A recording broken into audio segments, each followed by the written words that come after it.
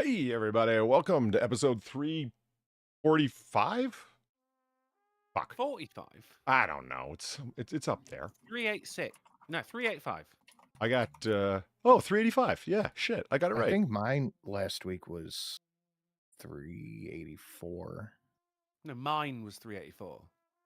No, you skipped a day, remember? We need to talk more. Uh-huh.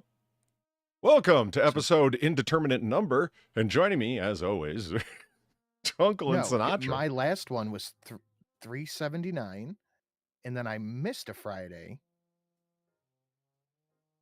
Then it would have been 4 past, because that's Wednesday to the next Friday. That would have been 4. That would be 383. God damn it. Huh. Should we just start again at 1?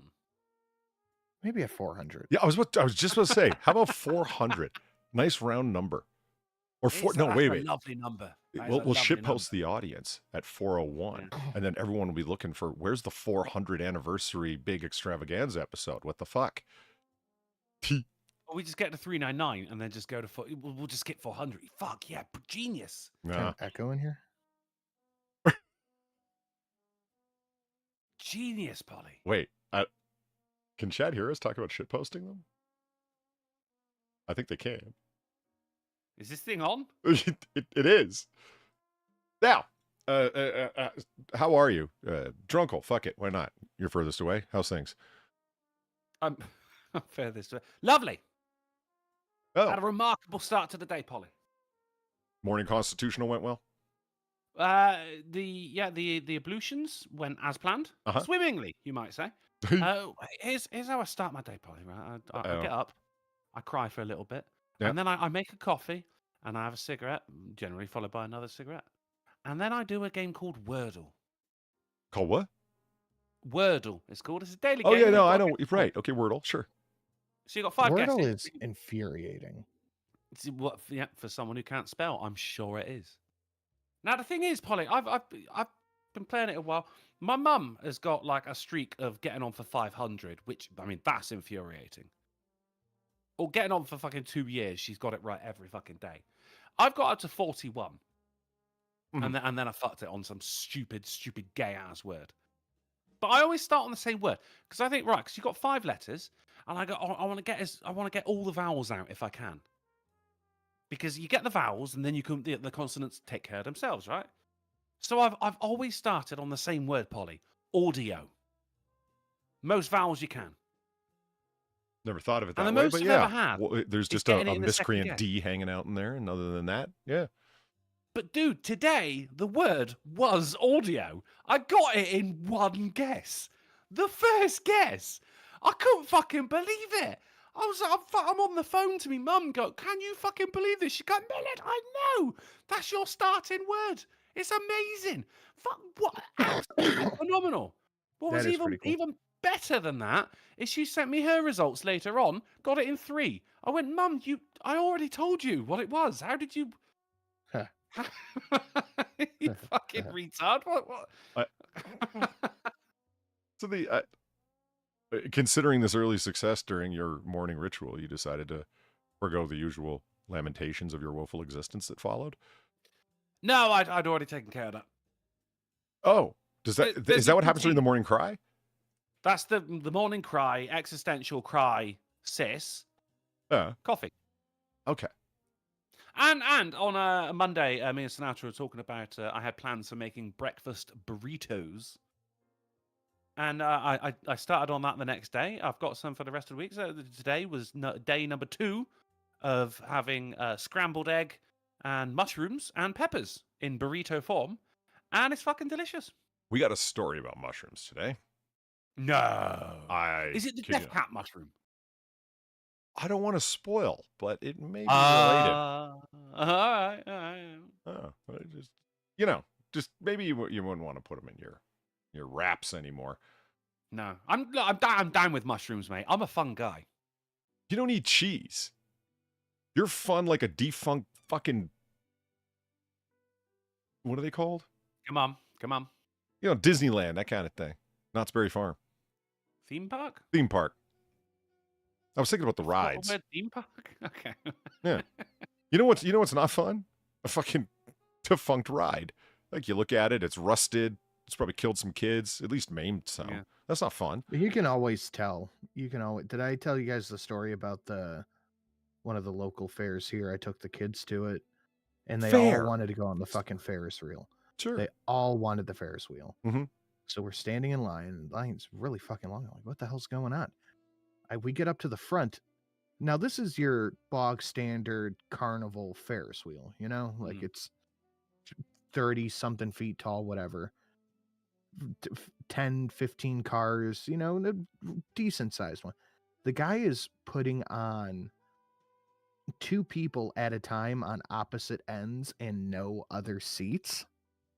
You know, like Right. this thing is a death trap. We are leaving this line immediately. He's like trying to even out the weight.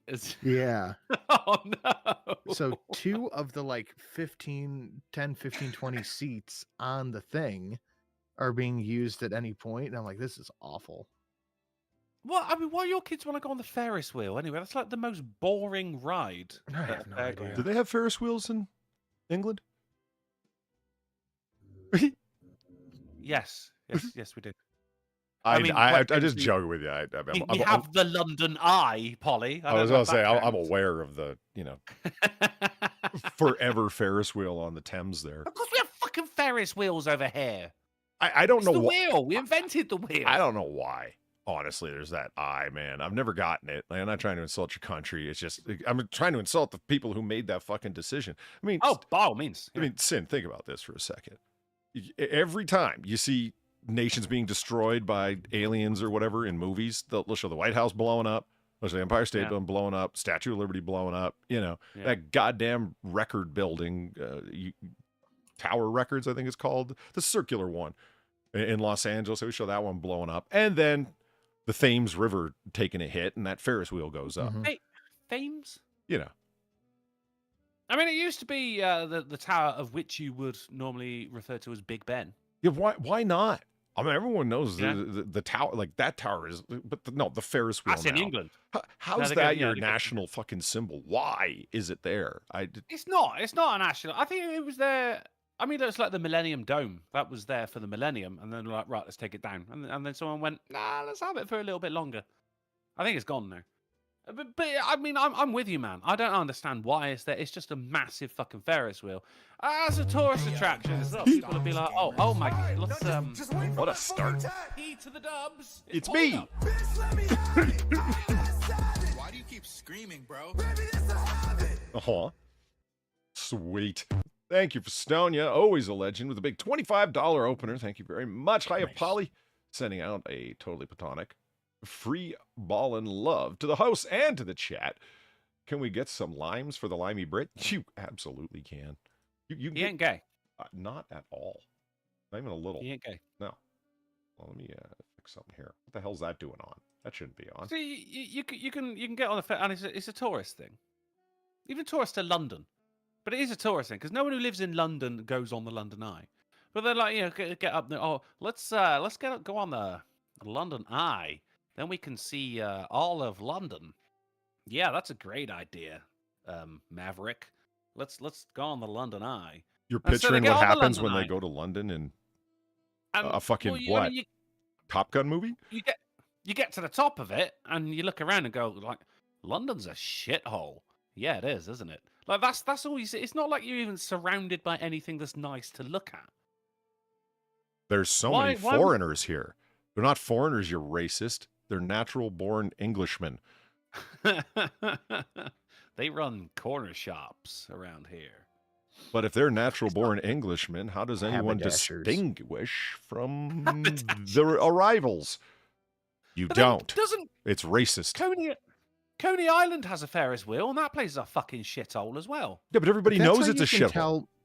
That's how you can tell most places are shitholes if they have a big fucking Ferris wheel. Do you think that's the qualifier here, if you have a Ferris wheel?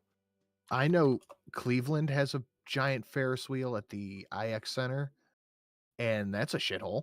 Trenton is a shithole. It doesn't have one. Closed down because black people were shooting inside of it. Jesus Christ! But I don't know. I think something else you mentioned there might be the determining factor in shitholery. But that aside, Yeah, hand in hand. It's like you get up so high on the Ferris wheel that you can't smell the place anymore, but you can see more of it. So it's an affront on at least one of the senses at all times. you think a Ferris wheel in a shithole would be like one of the most powerful motivators to get the fuck out of there. Because you're down in the bottom of the cycle, and you're like, you could smell it, the place, you could see the place. Then you get up high and the smell goes away, but slowly as you arc upwards, right? As all of a sudden you can breathe clearly and you can see the horizon where it's better. And then you go back down and descend into the shithole. But It's the descent, isn't it? That's right. It's like you've had your time. It's like, oh my God, this is like a Dante writing, but in a big circle. It keeps happening. We're going up to Paradiso, then descending into the Inferno. It's awful. All the people at the bottom, hands aloft, join us, and you can't stop. A slow descent back into the hell. No, I was good to thy neighbor. No, I saw the horizon. People were smiling. Jesus, what happened to men? I'm just repeating what the guy. I think the guy has since been deposed of, but he said black youths keep shooting in the building and fighting in events, so we cannot keep it open. We've got a story about that today. Not exactly. You guys are good with the foreshadow. Edge Thorson asked, limes, what did Drunkle do? Well, okay, technically he got, I bergamonted him. He deserves it. Yeah. Yeah, high-end limes. Lumpy. I'll own it, mate. Yeah. I'll own it, yeah. I've had a checkered past, and it's something we all have to deal with. Yeah, I agree. But I mean, the reason why limes Edge Thorson is because the $25 donation, well, that will get you limes. But it also upgrades both of these gentlemen into their next form. And finally, their, of course, final form. Drunkle turns into Nightmare Drunkle. And Sinatra upgrades from Meatball to Mega Meatball. Or, as I like to call him, Kaiju Ball. Have we done? I think we've done Kaiju Ball. Just the one time, though. We done Kaiju Ball? Yeah. Sounds like an epic sport, doesn't it? Kaiju Ball! Yeah. Sounds better than soccer. Most things do. Well, that's why they called it football. Yeah. And that's also you should. I got iNews. About your eyeballs or about you personally? Not like an app, but yeah, my it's one eye in particular. The bad eye, the eye that got fucked up. Uh-huh. Yeah, no, yes, I went to the eye hospital yesterday, and here's the thing, because I'm sat in the waiting room for a while. Well, it's the UK, of course you did. I mean, yeah, fair enough. I mean, hey, you laugh, but no, that's completely Sinatra, wake up. Come on, up top, buddy. Let's just... It's not even a joke. That was just a point of fact. No, I know, but we can, have fun with the mockery, true as it may be. Oh, you can, yeah. It didn't cost me anything though. But I'm looking left to right, and what? It's fine when you do it. That's right. You keep the facts out of this, you bastard. You were just spitting facts. What the fuck? Your brand of truthful ribbing isn't welcome here, sir. Go on. You're saying you're at the eye hospital. So I'm looking left to right, and as on the fucked up eye, as I look left to right, I see like not up and down, mind you. It's only left to right, but I get like an instant flash on the right side of my vision. So I'm going in, and this is supposed to be my last checkup. And I've had a different doctor every time, and they've all been brilliant except for one. Didn't like him; his hair was too curly. But this guy was a new guy, and he was joking as well. He goes like fucking. Yeah, I mean, so the place is closing. We've got to go to a different department. But he goes, all right, you're just here for that. I'll just see you now. And I get in. He goes, any problems? And I said about the flash, and he went, oh fuck, I wish you didn't say that. I went, what? Why? Anyway, because I finish in 10 minutes.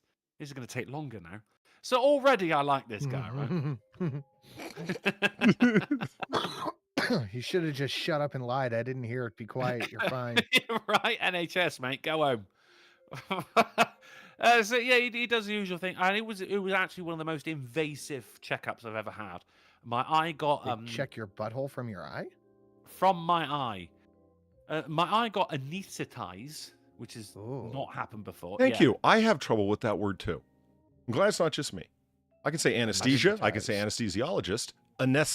anesthetized all of a sudden becomes an issue. Anesthetized. I didn't realize I said it wrong. Yeah. Maybe I'm still under the anesthetic a little bit.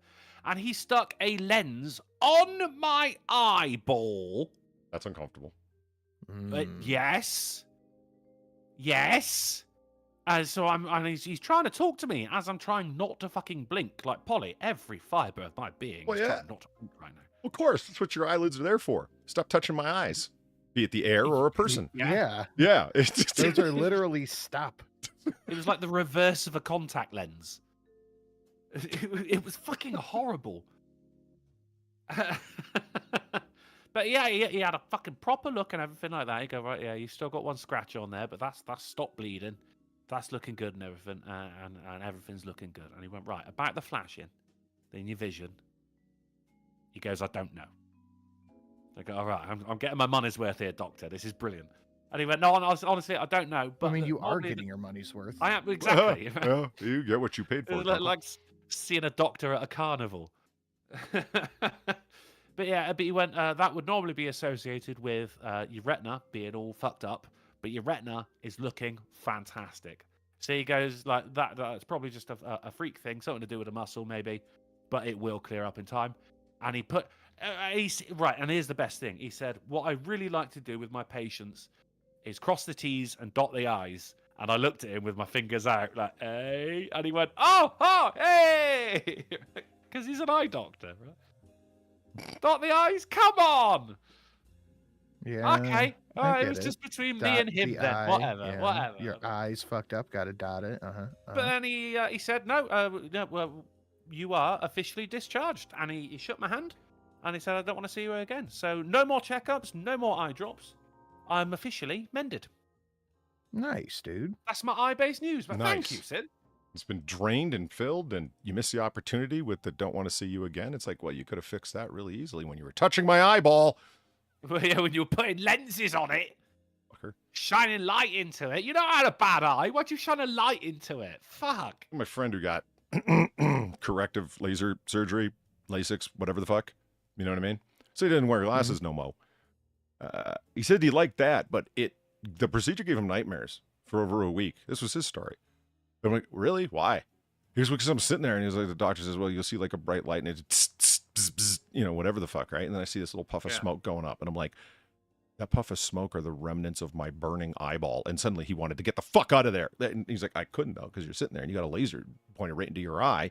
And I realized what I was doing and what was going on. And I thought, how the fuck did I ever come to a decision this was a good idea? And yeah, it ended up, he had like strange, weird alien abduction surgery on eye nightmares.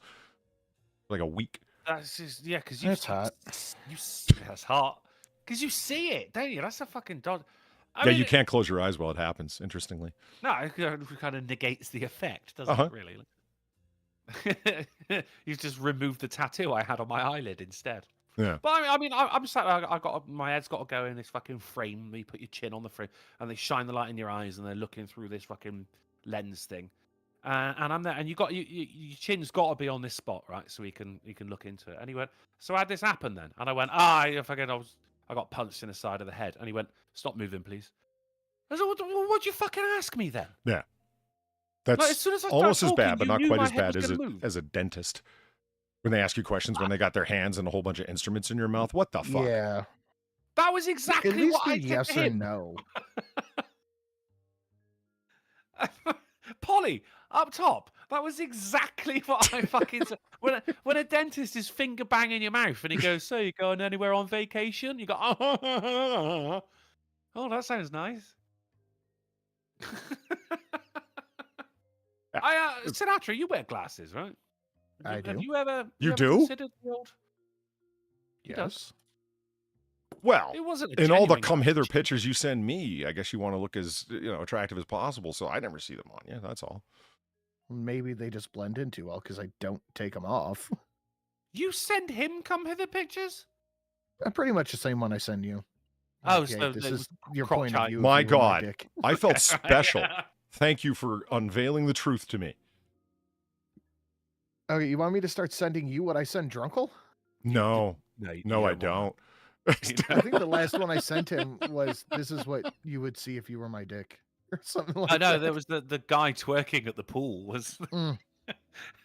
No, I remember that story. Yeah, I don't know.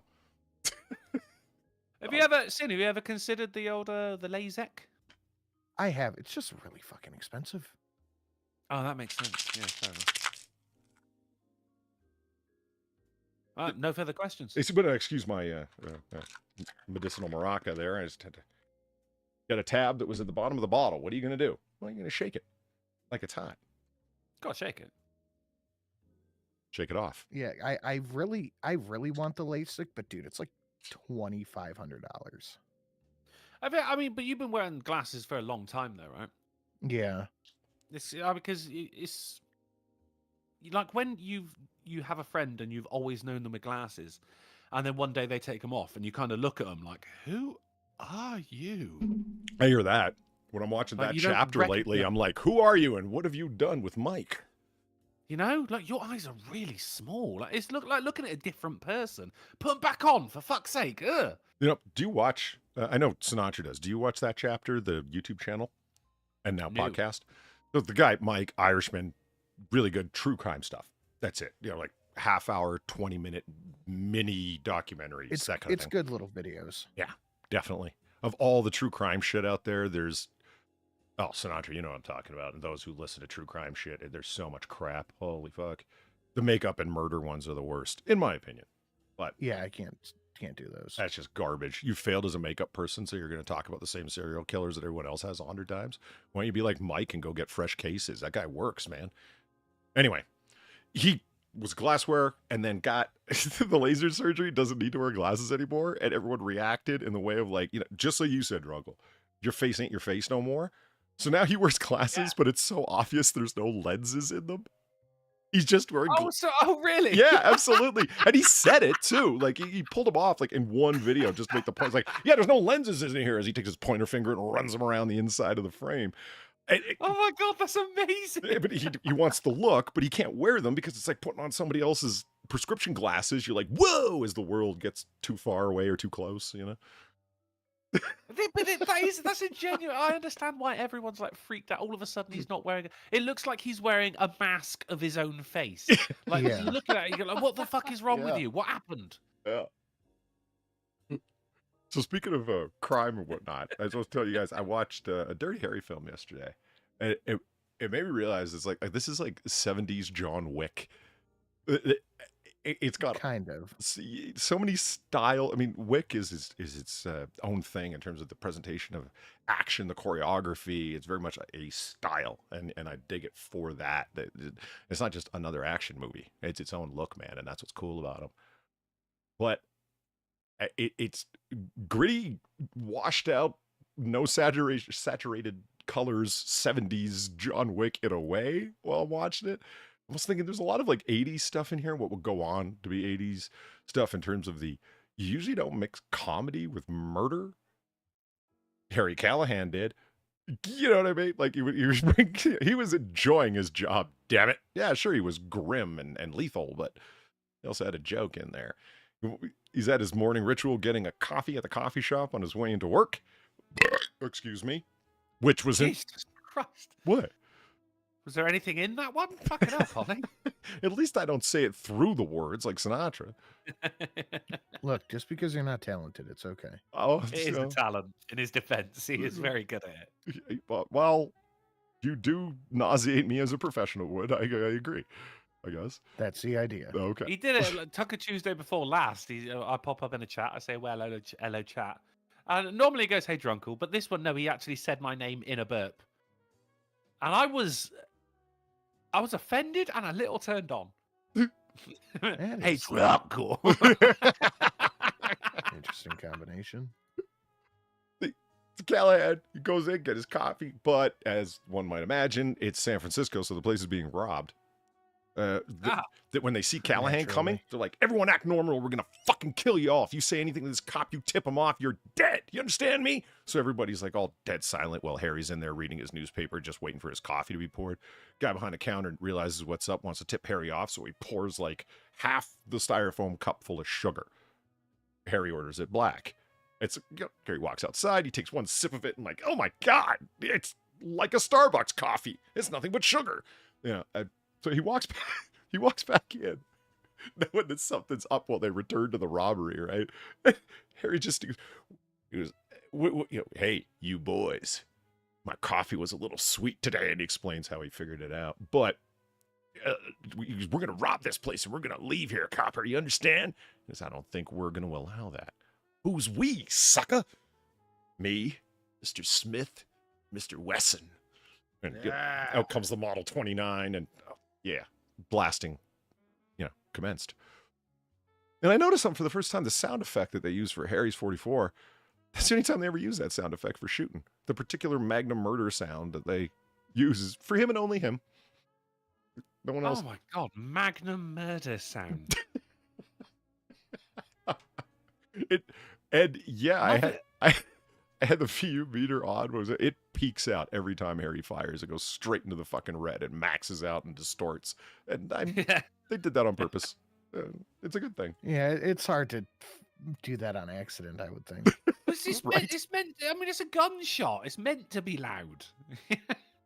If anything, that was more realistic than any, even more so than any other fucking film we got now. People have their fucking silencers, suppressors, whatever you want to fucking call it, and it goes. Like there's nothing. That doesn't sound like that. Yeah, they are definitely not that silent. No. A magnet is gonna blow your fucking eardrums out. Of course, it's meant to be. It is loud. That's half the stopping power. Is put your hands up and put them over your ears.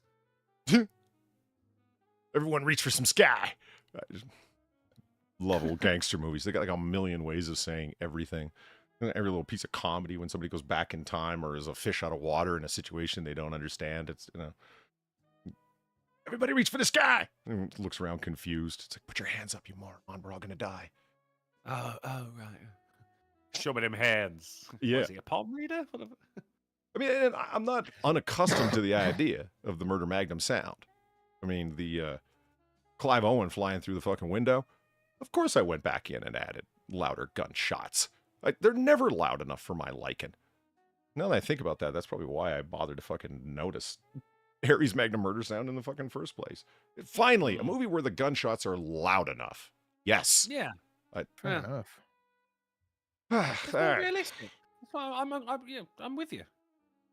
Boom. Who wants to do some schnews? Oh, Sure. I do. Yeah? Man. I think I could do I that was for ya. reaching for the sky. See, boom, and boom. Just grabbing everything, getting everything ready, putting everything together. You know how it is. I do. Boom. All right. Do some schnoobs. Come and Go's Utah locations to be rebranded as Maverick gas stations. Come and Go? Yeah. I didn't know that was a fucking thing. How did that come about? Do you think that's maybe the owners' names? It was like Chan Come and I think Stefan Go. Stefan Go. No, I doubt that. Van, I think it was think was the probably first what is that? Sounds like a very 60s thing to do, where they're just promoting the speediness of the convenience store aspect. Or so speedy that you can't spell "come" correctly. Like they knew what they were doing. Yeah, it's an Iowa-based company founded in 1959 before everyone made everything perverted. Yeah. I mean, you're going to rename them Mavericks. Okay, well, soon enough, that's going to be, I don't know. Something else related. Until that gets perverted. That's what I mean. It's going to happen. Do you have any idea how hard it is right there? How challenging it is to say something that isn't, to say something that's unrelated to. How do you describe something as stiff without getting a from the audience? Difficult. Rigid. What's it? Rigid? Turgid? Turgid. Yeah. You tell me something that's good. that doesn't mean an erection. Oh, wait, erection. I mean, there's a reason why when I'm reading... Boner. Well, boner. That's when you're not even trying. No. Why are both old-timey nicknames for screwing up things related to an erection or sex in general? Oh, he muffed it. Oh, did he? Yeah, he pulled a boner. Jesus, in front of children? Dicked it. Is dicked Fucked it? it. Is Jesus Christ. is dicked it a saying? He's yeah, I dicked it. He dicked it. Fucked it up. Well, I've heard like bollocksed it up, but it. You know, you've not heard bollocksed. You've heard ballsed it up. No, I heard bollocksed. I'm not saying it was accurate. I'm just saying I heard it. It's wrong. I don't know. It was a Britishman playing an Irishman that said it in the movie. It was a Britishman playing an Irish. Well, okay, fair enough. No, it was a real life Britishman playing a Fake Irish. fake Irishman. And he sounded Irish to me. I like saying shit it up. That's different. But I think there's like a background of violence in that. Like, I'm going to shit you up. Or even fair, it shat me up. Like, it shat me up. Yeah. Seriously? Bollocksed it up isn't the Shat line? me right up. Bollocked it up, but not bollocksed. That sucks. I believed that line. It was an authentic moment in the movie. You got but people say you bollock it up. You don't bollocks it up. I bollocked it up. Have you ever seen Ronin? The movie with Robert De Niro? No. So De Niro's off. It's a very Euro movie. The whole thing takes place across Western Europe and up into the UK. Begins in the UK, and it's Irishman, former IRA guys, Sinn Féin, the whole 9 yards. De Niro's a hired gun to do this and that. Sean Bean's in it, and he lives. No shit. Yeah. If only that makes it a gem. And yeah, anyway, there's a British actor, there's a British man yelling at a British woman, both of them pretending to be Irishmen. And yeah, because you were the one who bollocks it up. And she goes, I bollocks it up. You're damn right you bollocks it up. They go back and forth like this. And apparently that's all phony, and you've ruined that scene for me now. Thank you, Drunkle. No, it's not. Well, I mean, but you're talking about. I'm talking English here. You're talking about Irish. That's a completely different thing. So you're trying to tell me they might say that? They might say bollocksed instead of bollocked. Yeah. Rescued from the fire. Sweet. The thing is, when you get like you get bollocked, it normally means you've been told off. You get a bollocking. See, I mean, look at this. Darren Rude. He's like, be careful not to think long and hard about it. Oh, yeah. There's really nothing you can say. Rigid, stiff, anything along those lines. There's people like thinking of dicks. And it's great. Taut. We're not going to have many words after a while. It's a problem. They all mean dicks. Yeah. Like I said, it's like reading Sherlock Holmes. There's forever references to ejaculating. And at one point, it actually says Watson stood erect and ejaculated. It just meant he stood up and yelled. I think Conan Doyle knew what he was doing when he wrote that, though. I don't think so. In the 1880s, that wasn't a thing. Something for the ladies, you know. It's just like all evolutions eventually lead to crabs. Mm-hmm. All words will eventually mean balls. Dick.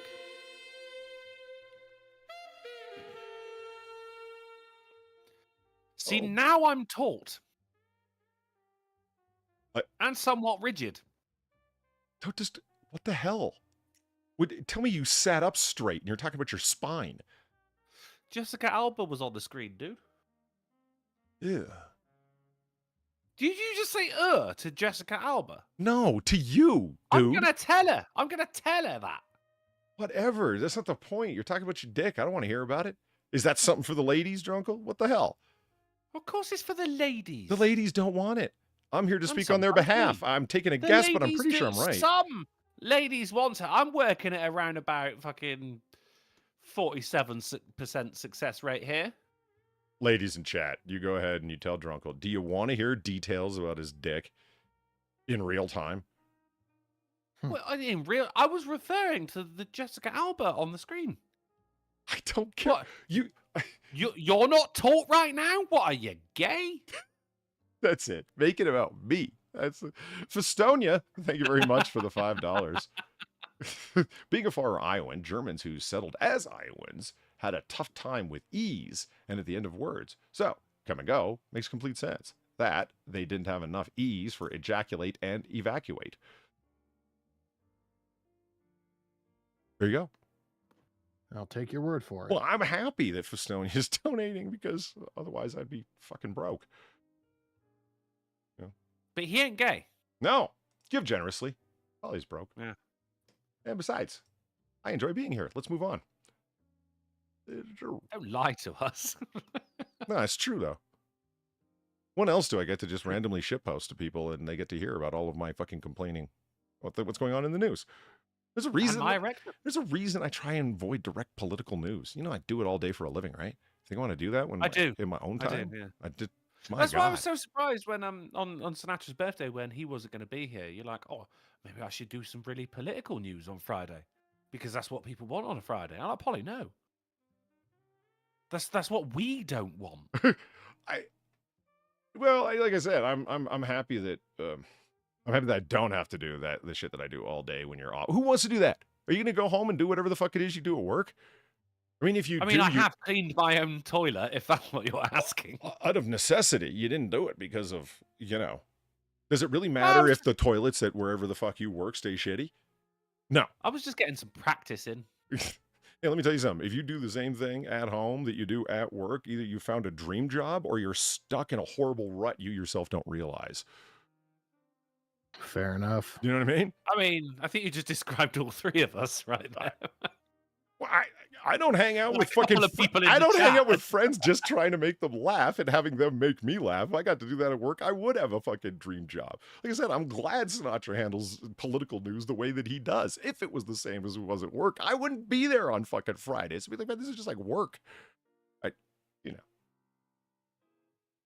Majority of U.S. dog owners now concerned about pet vaccines. This is how far I it's like gone. how they're trying to spin this into like anti-vaxxers are even letting their dogs die. Fuck off. I didn't trust your 6-month rushed fucking nonsense. I agree. I think the Daily Beast in writing this up thought that they were doing something to make fun of, indicate they're stupid anti-vaxxers, so-called science deniers, et cetera, right? All you really did here, I think, is kind of,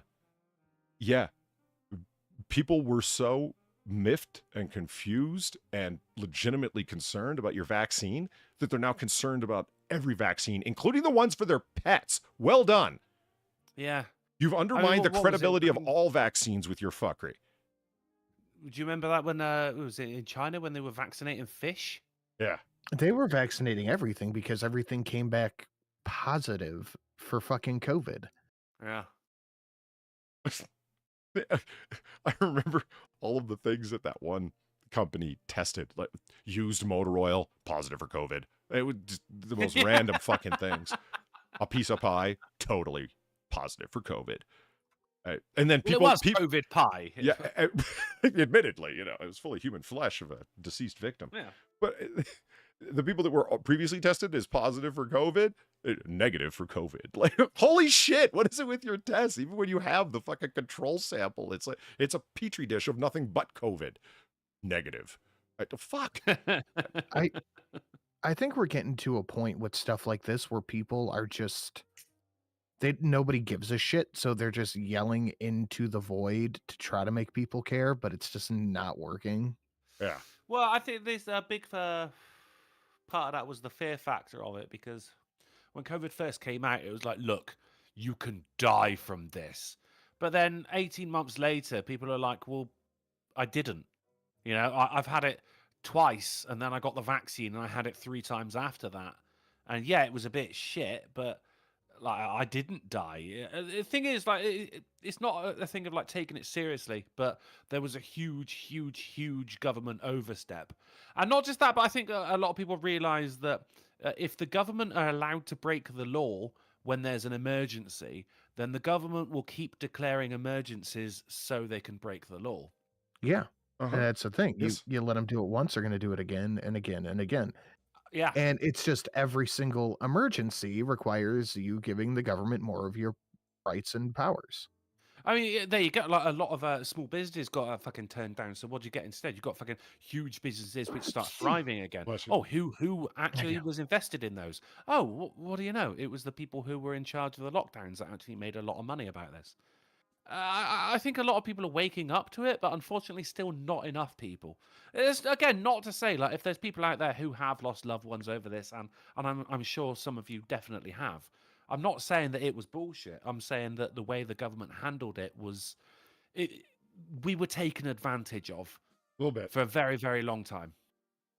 Well, we were. It was too far. Those who instituted parameters by which we would be safer weren't willing to follow them themselves, as evidenced. None of them were ever fucking punished, though individuals who did not have access to power or control were not punished. The list goes on. It's like, how do you expect anyone from your population to take it seriously when you institute measures you yourself are not willing to follow? Looking at you, Newsom. You fuck. Dude, I mean, Literally everybody in the government didn't follow lockdown measures. Yeah. No. I mean, fucking Boris Johnson had a fucking party when people were struggling to fucking eat. I mean, there were people that are hugging their loved ones through plastic sheets. I don't buy it. I just don't buy it. And they're trying to do it again this year, and I'm still not going to buy it. It's not. I don't. There's no one's taken it this time, Sin. I mean, fucking one of the.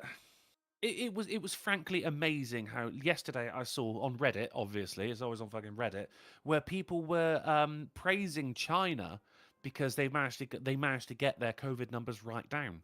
And I'm like, but think about what they did to do it. They locked people in their apartments, wouldn't even let them go out to get groceries. People were using drones to steal koi from people's ponds so they could eat. People died in fires because they couldn't open their front door because the government put fucking bolts in the floor. It was for their own safety. It's fine. Yeah. I mean, hey, this whole family died in a fire. Well, that's 5 people we just saved from COVID then. But people are praising this now, Polly. It's crazy. How short is people's memories? Pretty goddamn short. Americans have a notoriously short political memory. Yeah, for those who got that little saxophone burst there, or actually it was trumpet burst. Whoops.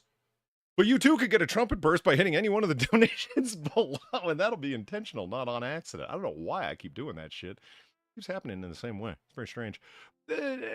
You know, like Sinatra detected immediately. I didn't even have to say. Why am I not surprised that Sinatra picked up on the government bullshit first? Not a parody. It's like, yeah, no shit. But this is the world they live in. Just stop and think about it from their, expensive shoe, high life living fucking different segment of society because they're journalists. Think about it from their perspective for a second. This sounds like it might be parody to everyone but them. You understand what I'm saying? Like, they're like, oh yeah, not a parody. Yeah, everyone knows this isn't a parody. Oh, because only fucking people, yeah, no one trusts vaccines enough that I can see them doubting it for their pets. Yes, you didn't have to tell me it was a joke. But they tell that it's not a joke it appears anti-vaccine hysteria is spreading to U.S. dog owners. Anti-vaccine hysteria. It appears those science-denying weirdos. You tell on yourself in the first sentence, you fucking moron.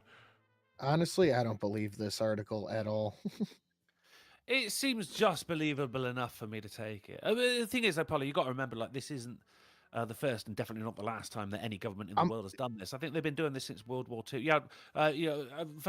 Cold War, be scared of your neighbours, and now people don't know their neighbours anymore, where people used to be quite tight, close-knit communities. The red under the bed, then you have fucking AIDS scare, crack, fucking bird flu, foot and mouth. That happened twice. I think it's now the government has seen it as their job to keep us scared. I mean, okay, there's climate change.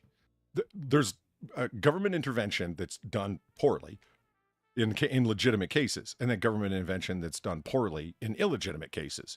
The consistency is it's done poorly by the government because the government does everything badly. It's kind of what they do, which is why limited authority, as the framers of the U.S. Constitution intended, be limited. But I mean, limited power is an impediment to those in power. Right? They can't do anything they want whenever they want. Well, this just slows things down. I know. That's the point. I want to take a stab here. Just take a quick guess. This was an article written based off of a study done on Twitter or Facebook posts. Yeah. 2,200 respondents, but yeah. This is what we said on Monday as well. Always look at the amount of people who partook in these things. Can we see the numbers? Because this is so fucking unbelievable. 2,200, right there. No, what was asked and what the responses were. Oh, I see.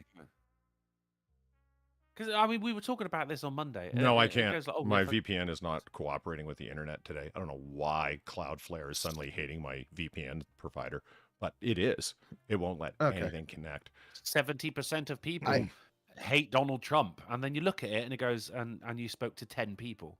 I was Like, how is curious that what the representative of anything? questions they asked were and what the responses were. I find it difficult to believe that of 2,200 people that, assuming that there was a randomized, legitimate, rigorous selection process, which I highly doubt there was, if only because 40% of your 2,200 respondents were afraid that vaccines would give their dog autism. That's the part that sounds like the joke. I just don't buy it. I just don't buy it. It's the age-old thing, Polly, isn't it? Of like, if you ever try and do a psychological experiment on laziness, you'll never get the correct figures because Yeah. anyone who applies for it But is not lazy. It's been a while since I heard that joke, but yeah, I remember a professor, the first time I ever heard that joke was in class, and I admit I didn't get it. You know, the most difficult thing to study in our field? He waits for a moment and says, apathy. It's There you so go. difficult to set up the experiments. And a few people laughed, and I was like, I don't get it. Why? Why is apathy so hard to get? I was... yeah, it's like the thing that they say that you can... people act like pulling randomized and legitimately selected participation groups could be monkeyed with so directly and also indirectly. There's all sorts of like unintentional ways that you can do it. If you want your study to reflect a certain perspective, you don't need to go 100%. You only need to be able to pull a 60% of a given selection group to be within there by intention, and you'll get the results that you want. You don't need to push for 100, just 60. A little more than half, and you're good to go. If you want to see Based people, on your hypothesis as well. yeah, I if mean, you want to see go like, people that I vote want in to prove favor this of and I gun will. control measures, ask Marylanders or people in Massachusetts what they think. There you go. And this is exactly what I said on Monday as well. When it comes to people, fucking 40% of people are saying that they would never vote Conservative. I don't believe any of that because I've never once been asked which way I'm going to vote.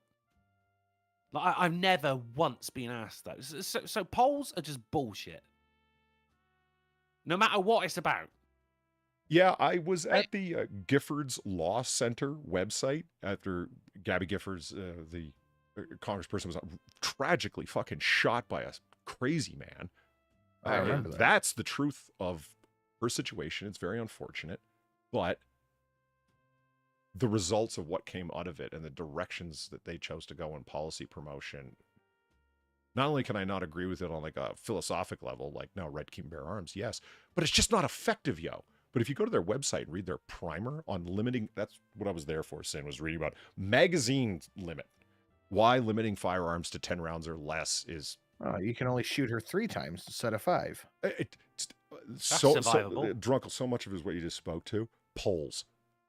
Again and again, and the same fucking red flag words to me. Overwhelming, undeniable, obvious. And it's right. That's gaslighting, you fuck. It's mild gaslighting, but it is. If it's overwhelming evidence and you don't agree with it, that means you're in the fringe minority. Did you know you're a fringe weirdo who holds to strange opinions? I did, yeah. Tell me that without telling me that. The overwhelming evidence, that thing you don't agree with. Hello, my name is Drunkle. Yeah. The galling thing that blew my mind, sticks with me the most, this was the Giffords Law Center.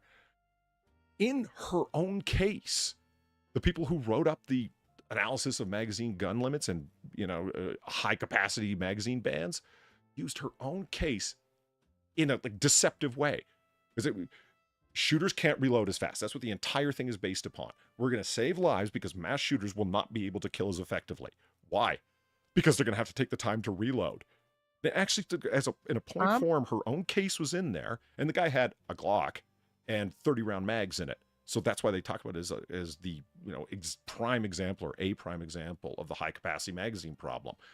And he was tackled when he paused to reload. You fucking lied about her own case. That's not what happened. And I'm going to just throw this out there. I've been around a lot of dogs. I've had a lot of dogs. I've never seen a dog get their vaccines and then drop dead of a heart attack.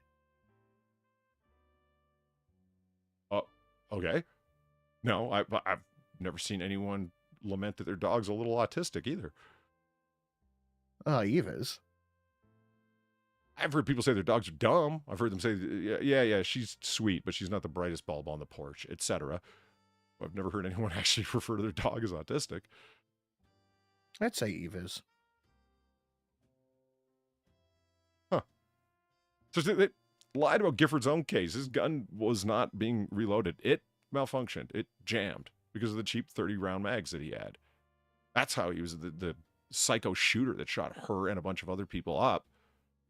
His gun malfunctioned. That's why he was tackled. You should be on that basis. If that incident is some kind of bit of information, only one of two things can come out of it. The military, who rejected him because of his psychological profile, they found him unsuitable for even basic military functions because of his background and the way that he self-reported. Okay, well, he wasn't sane enough to be in the military. They didn't want him. And the reporting methodology could go over to the public sphere on that basis. If he's not safe to give a gun to in the military, why is he safe to own firearms in society? I'm not saying everybody who's rejected should have their Second Amendment rights stripped, but why aren't you even looking in that direction of something associated with it that will be fair across the board under the 14th Amendment? They didn't even try. Right away, it's just let's ban things. Put lots of people on those magazines and don't kill anyone. Well, the point is that some people do. But via that argument, nobody should be allowed to drink alcohol either because the amount of people that drink and drive. Never let the truth get in the way of a government policy. No. Mm-hmm. Don't slow me down with the facts, man. Feds charge highway ID'd through Instagram and viral slide. Wow. Let's just right from the beginning. I'm amazed you got that far. I mean, that was fucking something, huh? Holy fuck. Feds charge Hayward man ID'd through Instagram in viral sideshow photo. Have you guys seen this photo? This one right here? No. Yeah. Have you? Okay. I have not, and apparently it's fucking everywhere. So when I grabbed it and searched for it online through TinEye, through Yandex, through Google, yeah, it literally is everywhere. It's on fucking t-shirts. People use as wallpaper backgrounds on their phones. I've never fucking seen it before. It's some Hispanic gangster's girlfriend hanging out a fucking window with a Kalashnikov.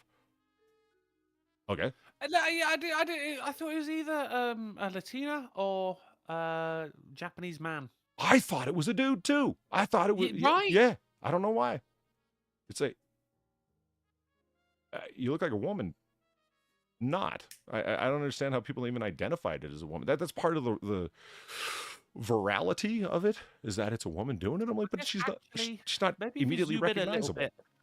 If you zoom in, maybe you'd be able to see like the big gold hoop earrings. There you go. Right, yeah, Latina woman. Right. Oh yeah, those are good call. Those are massive hoop earrings. I thought that was a big fold in her face from the wind. There you go. Because they always wear those big hoops that look like they should have a fucking bird sat on them. Yeah. I mean, you're not wrong. That's and either it's an extremely windy day or he's taking that turn at breakneck fucking speeds on two wheels, God, man. He's turning. Yeah. Oh my God. Holy shit. You can't tell the amount of motion, but from the look of her hair and how far back her hoop ring is pushed there. Yeah, they're flying. And in the middle of a turn. So this guy's actually up on two wheels. Who took this photo? That's actually a good question. Federal prosecutors claim that Christopher Gonzalez Nunez, 26, was driving a Cadillac during the 2021 sideshow, where his viral Bay Area photo was taken. His passenger is seen holding a gun. I don't know. Yeah, it doesn't say. That's a good question. Who the fuck took the photo? Presumably someone in a car in a different lane.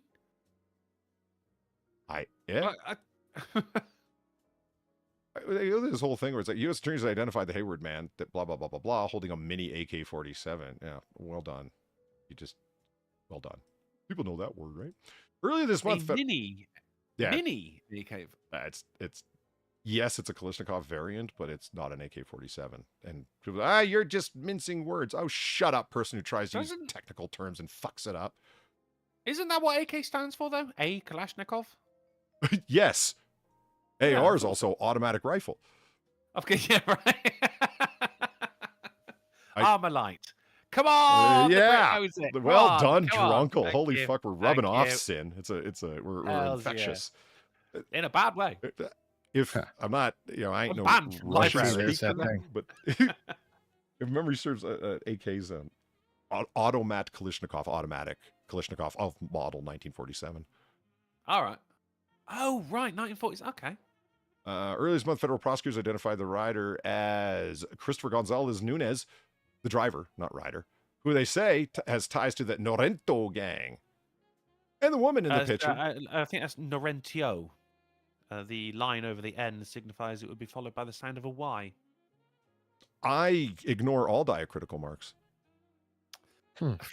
Sounds like you're being very diacritical yourself. Yeah, me a little bit.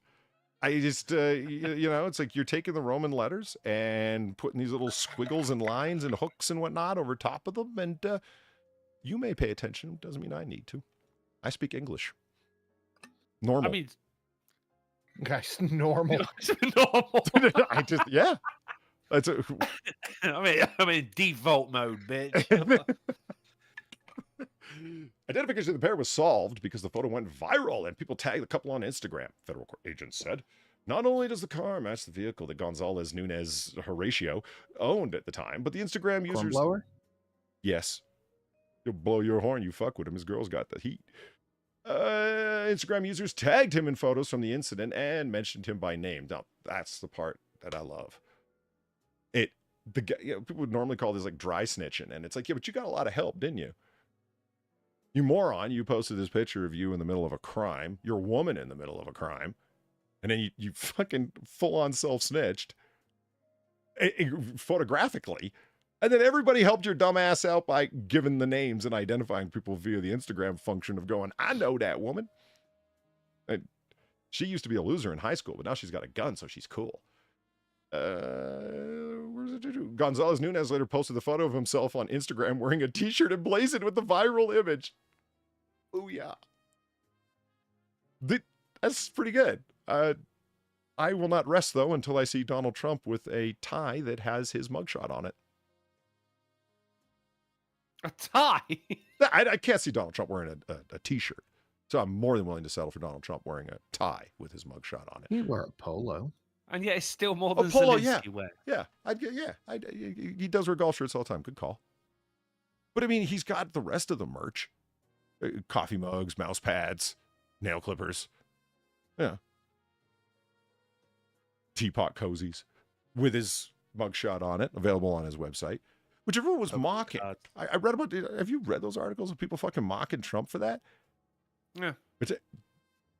Everyone is making fun of you. Is calling the mugshot a, backfire. Do you know why? I legitimately, guys, don't think they understand why it's a backfire.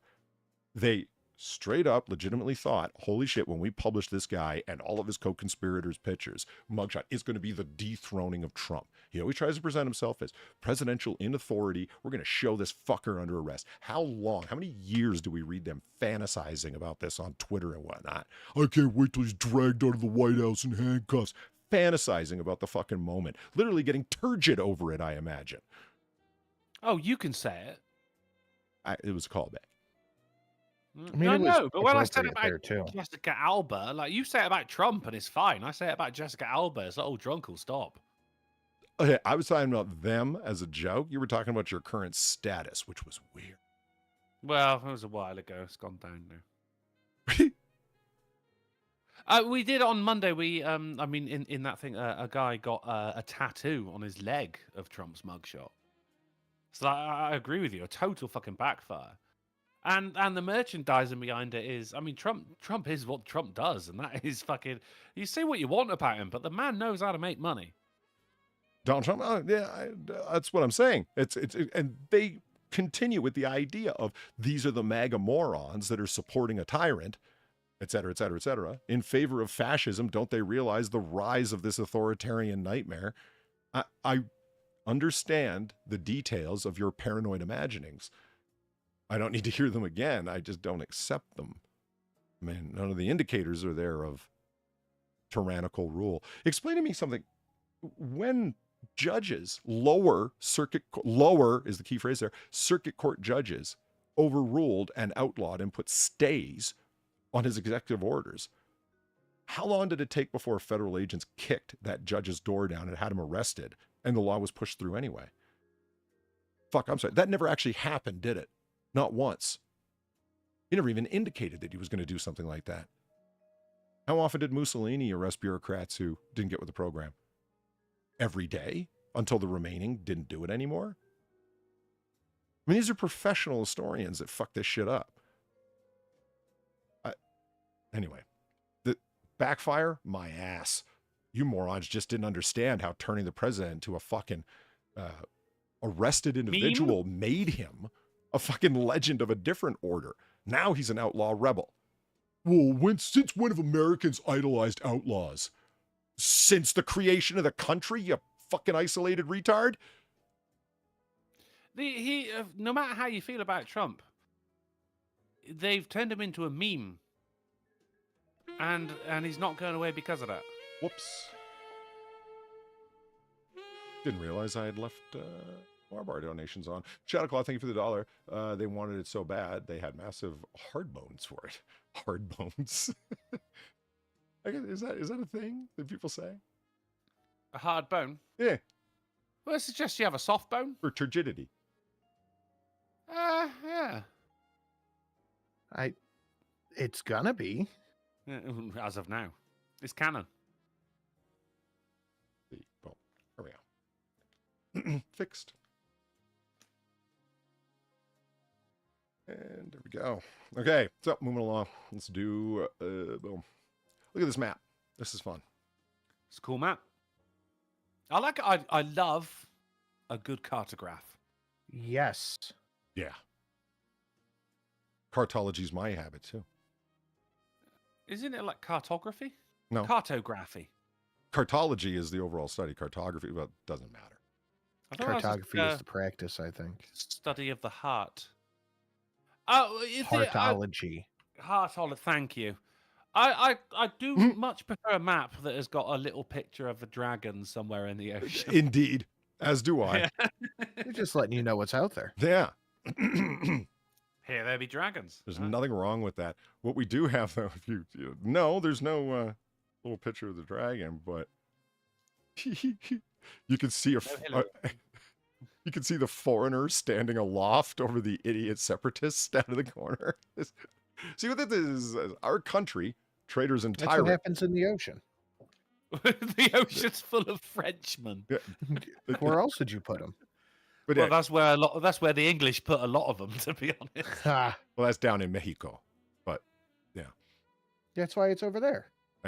Our country, as the traders and tyrants would have it, of the disunited states. Disunited. Yeah. Okay. So 1864 vintage. And then, like, this is the way that they would want it, were separatism to happen. Oh, look, in the sea, we've got an angry British lion. Well, that's Canada. Yeah. Oh, yeah, that is. I think parts of Canada were ours at the time. I think the whole of it was, man. French Yeah, Canadian. I think it was yours. I mean, I don't. When was the British North America Act? I I forget. never don't know, gave but it I can back. Google it while I go take a piss. I'll be right back. Darn it. He pisses and Googles. Say what you want about Sin, but he's multi-talented. Well, he's the man that finally let me understand how people drop phones in the toilet so much. I didn't. Oh, I didn't get it. Like, what is it you're doing that you're standing over the toilet? That your phone is hovering over the toilet like that it ends up going in there, and then Google him. Sinatra, would be in chats back in the day. Like I'd be on, I don't know, Monkey in the Morning or something like 4 years ago. Sinatra would be in chat and he'd say, "Hold on for a second. Okay, I'm sitting on the toilet now." And first question was obviously, "Why are you telling me about this at all?" And What? You didn't want to know? no, just keep texting. Or keep posting in chat. It'll be fine. No one's aware that you were on a chair and then you went off to People grunt need to away. know. Not grunt. You're not typing into the chat. That would be different. He was. No, I mean, it just means he's, celebrate good bowels, man. I mean, he wasn't actually typing grrr, but he was, giving real-time updates, which was not cool. All right. Look, Holly, we're not all 75 years old. I'm not reading the fucking Telegraph. Yeah, just because you shit once a week, Polly. He shits when he gets his weekly update from the happenings in the Wild West. And Hey, even then, you don't go to the bathroom. You shit in a bag. it's a stupid man who takes his telegraph to the bathroom. That paper gets wet, you're fucked. All right? 1867, by the way. 1867, British North America. Oh, Okay, is it North America? Yeah. Right. there you go. Now, some people What was would. it? A treaty or what It was called? a act of British closed the Parliament tab. to dominionitize, to make it to a dominion. No, yeah, but I mean, what was it called? The British North America Act. It was just an act. Okay, fair enough. But that's, you don't have a I can do constitution. that. Well, I mean, That's fine, you should know this. thought the Britain Green doesn't Act. have a constitution. The series of acts that come out of Parliament comprise the British Constitution. I know that. Yeah, why were you asking? I want because the people in the chat might not know. Oh, I kind of broke the shtick then, huh? Yeah, Whoops. I'm the angry lion at the top of the map there. Well, he looks more regal than anything. No, he's pissed off because Yeah. he's in Canada, poor fucker. Yeah, he doesn't like. Where's the parka? Uh huh. So anyway, you know, you Cold. got the Confederate States here, and I mean they're bold, and I just like the shit posting of it. The we're gonna come up with the. It's not just two states. It's like they're gonna just keep going. Like once you allow secession to take hold, but all of this territory wasn't even fucking claimed. And think All about I can tell you is that even back then, Ohio reigned supreme. Ugh.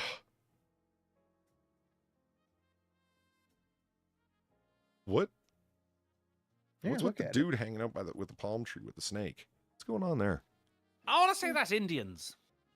Think so? That doesn't look like an Indian fella. No, because it's a bust, isn't it? But I'm just going by. The Oh, it is a snake. bust, right? That's a okay, right? I see how it is. I thought You those were think it was- shoulders, man. You thought it was just a guy who could like constantly misses leg day. No, I thought it was like a torso, and the dude was just standing turgidly next to the fucking. Yeah. I didn't think it was an accurate representation of somebody's ejected stance. They look at the way the snake's standing. How many snakes? Just, yeah, I mean, I don't think does snakes stand. That's what I'm saying. That was my first hint. There was something amiss about this picture. Yeah, Think about it. ready to pop. The I know, it's there's a a lot going snake on in a here, man. box. I mean, they don't coil and jump out like a jack in a box. I'm I mean, glad. some can. I'm glad they A don't. cobra, they'll get you. A Yeah. cobra is banking on you thinking that. Not expecting me to coil and jump in his face. Yeah. I guess right.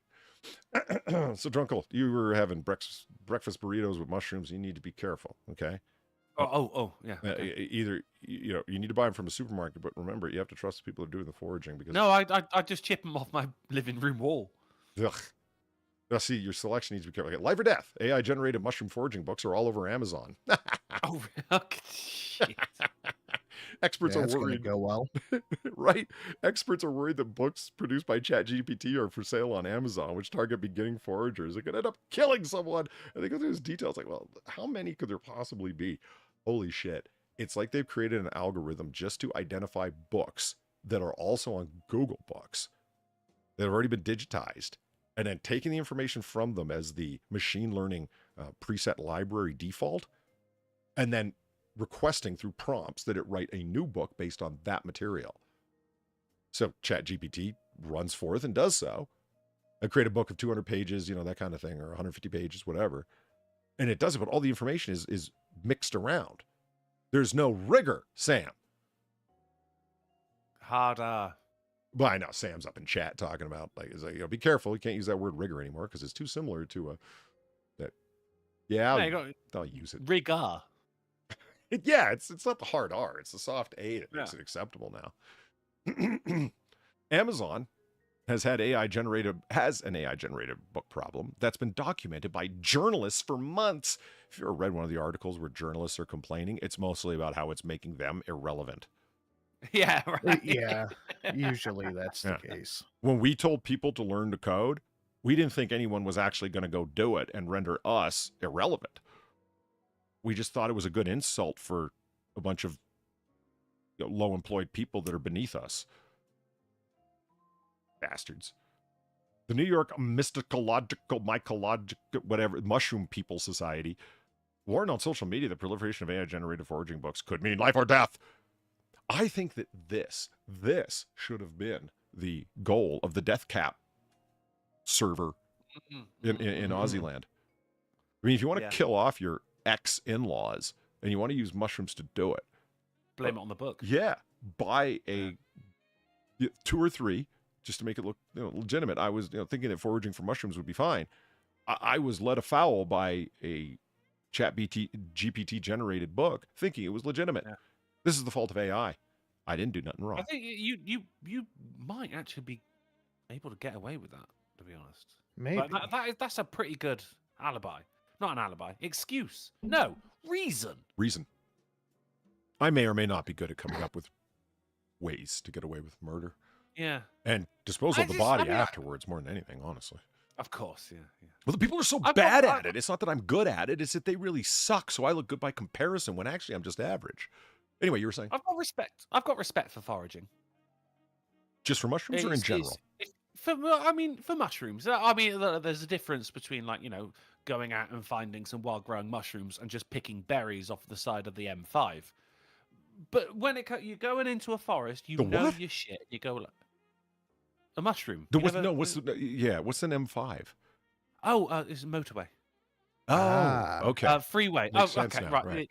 Do you know? Yeah, I could have explained. It would have lost it in the line.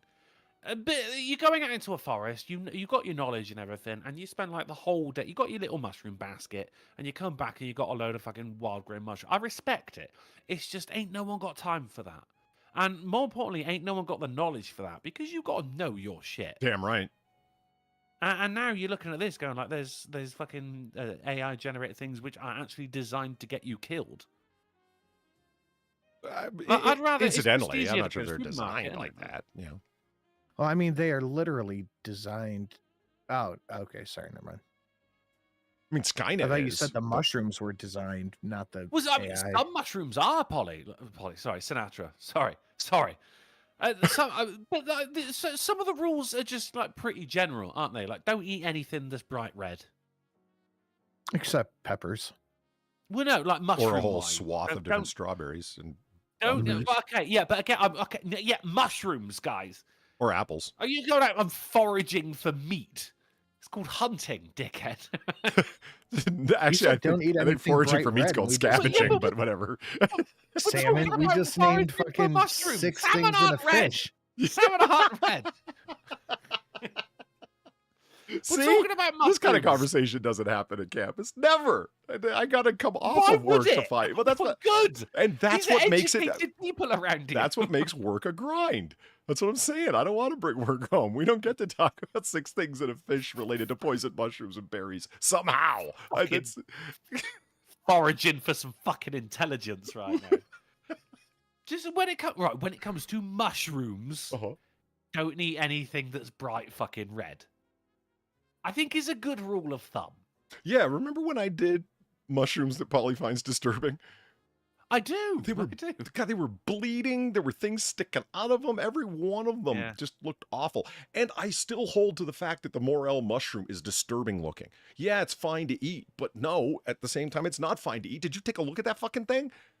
The older I get, the more I like mushrooms in my fucking food. Man, I love mushrooms. As I said, I'm a fun guy. But also the first bite is taken with the eye. You go like there are some mushrooms which are edible, but they look disgusting. Well, fair enough. I'm still not eating it then. Because it looks disgusting. Why would I eat something that looks disgusting? Well, actually, no. A couple of my ex-girlfriends. Never mind. Let's see. Oh, retired county singer tries clearing vagrancy problem with his low-flying helicopter. County singer? Country singer. County singer. Well, he did stick to one region, but no, it's totally not what they meant. Singing about all the boroughs. Yeah. You dropped the ball pretty bad when Sinatra's pointing and laughing at you. I mean, holy shit. Ain't good, is it? No. My God. Did it work? To do what? The low-flying helicopter, did it work? Did it clear them all out? Well, see, I was hoping that he was landing rapidly in a crowd of them for decapitation purposes or something. But yeah, see, in my mind, it's like he's coming down at a tilt. So the blades are like, the rotors are almost touching the ground, and he's just going forward really slowly. In my mind, it's him standing at the open door, just throwing vaccines down like darts. It's Holy shit. like Holy shit, really? that. It's okay. I mean, I don't trust the He's got a vaccine either, but Gatling it's not gun loaded curare. with fucking. Just with the I think He's at got a this Gatling point, gun loaded with syringes. I think at this point, all the Like, vagrants. it's like are just- Dr. Hibbert when he was trying to give Bart the shot. I think at this point, the vagrants would just be glad to see a clean needle. Oh, Yeah, maybe. well, yeah. I mean, this is a dude, bro. Steiner. Is it Steiner Man. Steiner. Yeah. Steiner man. He's a mostly Steiner retired Man. country singer that apparently had a hit song back. Mostly retired. Apparently had a hit song that he's known for from 2002, according to the article. And with irony, the song's about kindness to homeless people. Didn't work. Well, Didn't work. he moved on from that silliness. Yeah. Apparently. Well, he's mostly retired now, Polly. Well, apparently he's also a. I saw some rich guy. Blah blah blah blah blah. Where's the fucking thing? He's from a wildly wealthy family, the Steiners. Of course. Yeah. Yeah, fair enough. What if Yeah, she's an- Scott Steiner was a great monarch. What? Okay, maybe just a couple people in chat then. Explain yourself. Scott Steiner was a wrestler, WWE, who had the funniest fucking promo cut I've ever seen in my fucking life. Explain yourself. I'll send it to Polly. All right. Okay, yeah, I'm down with that. Cool. What if Th- she's th- an it's angel? Was the name of so his song for goddamn those good. who were curious. Okay, so what he's doing with his helicopter is he got a call from the manager of the local mega mall. And he's like, the homeless people are sleeping up on a roof. They stay up there because the police can't harass them out of the parking lot. So they call Shane Steiner. To come in with his Batcopter, and he agrees. Right, he's like, I'm on it. Yeah, to land there. He calls up, Alfred, and they head over and land and to chase people off. Now, they've got the roads blocked into this area or whatever the fuck. He was like, normally you couldn't get in there, but I can get in there because I got a helicopter. And he did it, and it's like you're harassing people off this roof. He said, well, the manager said that they were breaking in through the roof at night. That's why they're up there, so they can't be chased out of the area, and it gives them easy access to the mall to sneak in and steal. And so I guess he decided in his own way to be a vigilante. It's kind of confusing. Like Polly, a blonde Batman. Polly, I sent you the link. The second one is time stamped. I would like to see this. I would press play, but audio isn't coming through on Discord. So I can play it, but only the chat's going to hear it. You can't just pull it up as a webpage? You said it's a YouTube. It is a YouTube video. Yeah, but you won't hear it. I can press play, but you won't hear it. No, can't you just put it in the browser? Sure can. Would we hear it then? That's what I'm saying. No, you wouldn't hear it then. Oh, okay. Oh, okay. Well, just send it to me as well. I'll watch it after the show. I mean, don't get me wrong. I'm not happy about it either. It's a fucking piss off. Sam and I fucked around forever with the settings trying to figure out what the hell's going on. That when I share a video, nobody else in the voice chat can hear what I'm sharing. The audio doesn't come through. We're not able to figure out what the fuck is going on there. I even uninstalled and reinstalled the Discord app. Nothing doing. It's probably something incredibly, incredibly simple. It's usually a ticky box hiding somewhere, but we went Ticky through box, yeah. Yeah, exactly. we went through the Windows settings, the Discord settings, like you wouldn't fucking believe. And then of course when you type the question into your search engine of choice, be it, I'll tell you DuckDuckGo, what it is, Google, mate, the it's, elite Bing users, whatever. Streamer mode. What about streamer mode? It's streamer mode on Discord. Yeah, what about it? It's either should be on or should be off. That's probably what it is. But okay, well, it's on. I didn't really think about that. I don't think it's blocking audio though. But I No, don't know. because when I'm streaming, it shares audio to you guys. Yeah, sure does. And other people's audio Yeah. shares fine. And it happened out of nowhere. It's not like I installed some audio program or any other program and it suddenly went afoul. It just kind of did it on its own. What you should do is give Shane Steiner a call and he'll fly his helicopter into your Discord and just sort it all out. I think he should go over to Discord headquarters and land his helicopter on their roof. I'm assuming they're in San Francisco. Why does Discord even have a headquarters? What? It's like, did you know Tech company? Zoom has an office? Like, why? Isn't that against? Well, if there's one people that actually need the office, it's the people that supply the officelessness to everyone else. Yeah. It's counterintuitive, but makes sense. It doesn't. Okay. Sinatra, you got kids. A couple. Mm. No, he's up to something, I'm telling you. Did you know that people, when polled, because we all trust polls, would be willing to pay more to be on a child-free airplane ride? I believe that. I totally believe that. Yeah? I was surprised that people would be, like, people are not willing to pay more in most cases for more legroom. Man, those kids must be really getting on their fucking nerves. That being said, like noise cancelling headphones are a thing now. So like if you want to save some money, go on don't pay extra for a child-free flight and just fucking watch Netflix or something with your noise cancelling headphones. I think it'd be golden. I mean, that's not a bad suggestion, but a very good segue into why now noise canceling headphones alone won't do it. Because this kid was wearing this hat on a flight. Oh, God. And it really pissed the fucking people off who were on the flight. I mean, it's one thing wearing a hat, but why have the lights got to be on? Dude, it's okay. It is okay to tell your kids knock it the fuck off. We're in public. Honestly, more people need to do that. Like we were at the store earlier and we weren't at the store. The little dipshit broke his fucking glasses. So I'm waiting in line to get his glasses fixed. I had to shell out a fucking $150 to get the glasses fixed. And I have to wait for new ones to come in. The insurance only covers one every so often. So I had to wait for the fucking... Anyway, we're standing in line and he's like jumping around and playing. I was like, sit the fuck down. Right? Yeah.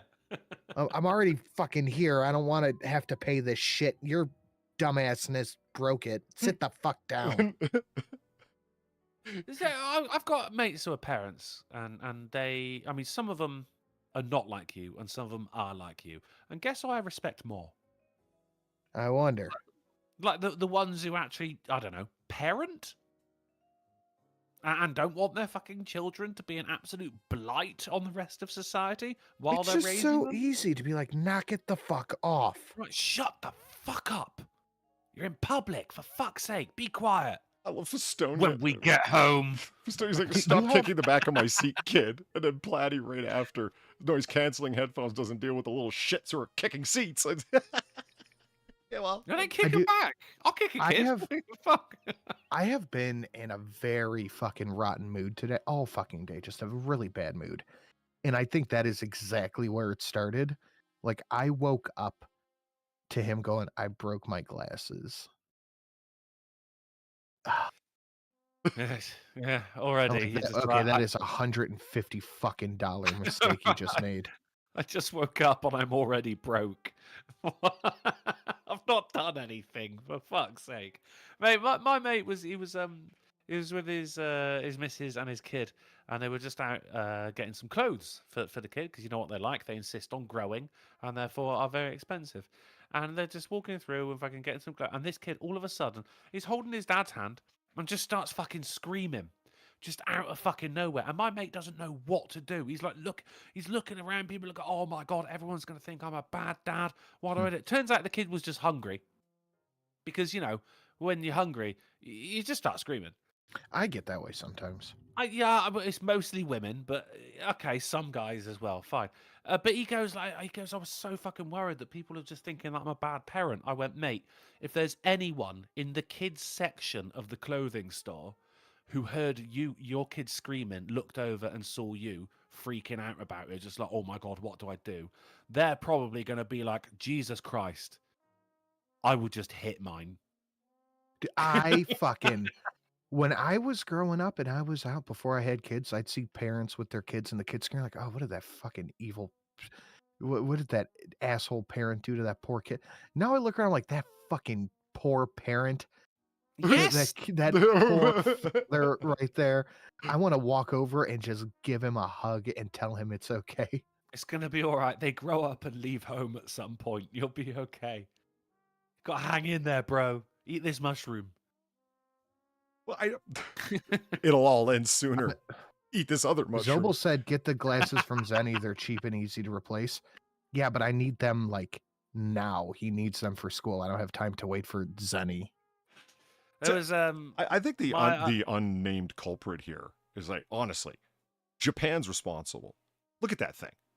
for that hat. Tell me Japan isn't behind that. That ain't a white man thing. That's what I'm saying. It's not that anyone's saying don't let the kid have the hat that the kid likes. It's why is he wearing it, or more to the point, why is he wearing it with the fucking lights and sound turned on while on the plane? It had sounds. It had sounds too. It played music and sound effects. No. So the sounds were turned off, but everyone proceeds in this article like to quote people that like posted shit in and around the Instagram post about, can you imagine being on a flight with this fucking hat on, or a kid with this hat on? Sounds. Yeah.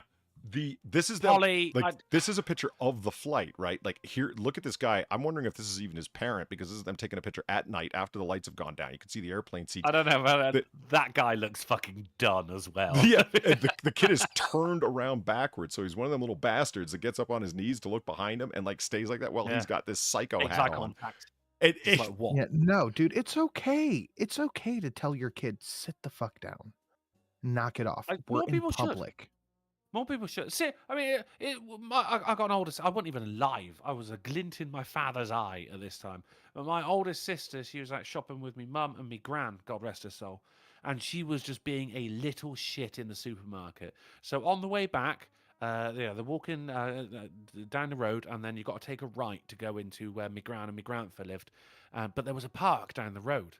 And my older sister was being a little shit all this time.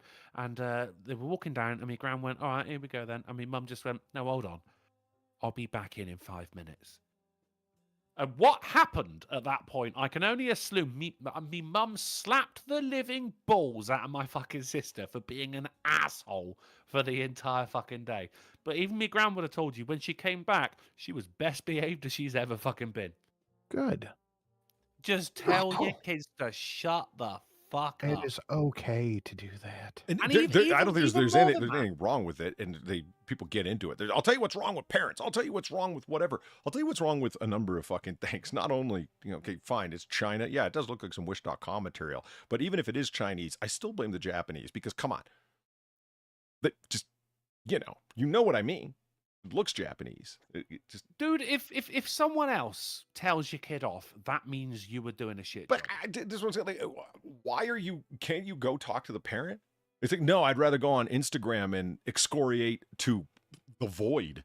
It's like, yeah, but you can't go talk to the human being that can actually do something about it, meaning their parent. This is a person right here. Yes. Who can address the issue. You're just going to post it on fucking... I mean, are we assuming that is the kid's father and not just someone who is seated next to the child? Like I said, well, look at his, hey, fucker, you're annoyed? I'm sitting next to this little brat. Like, yeah, he could easily just be some dude. And if, in which case, I really fucking feel for that guy.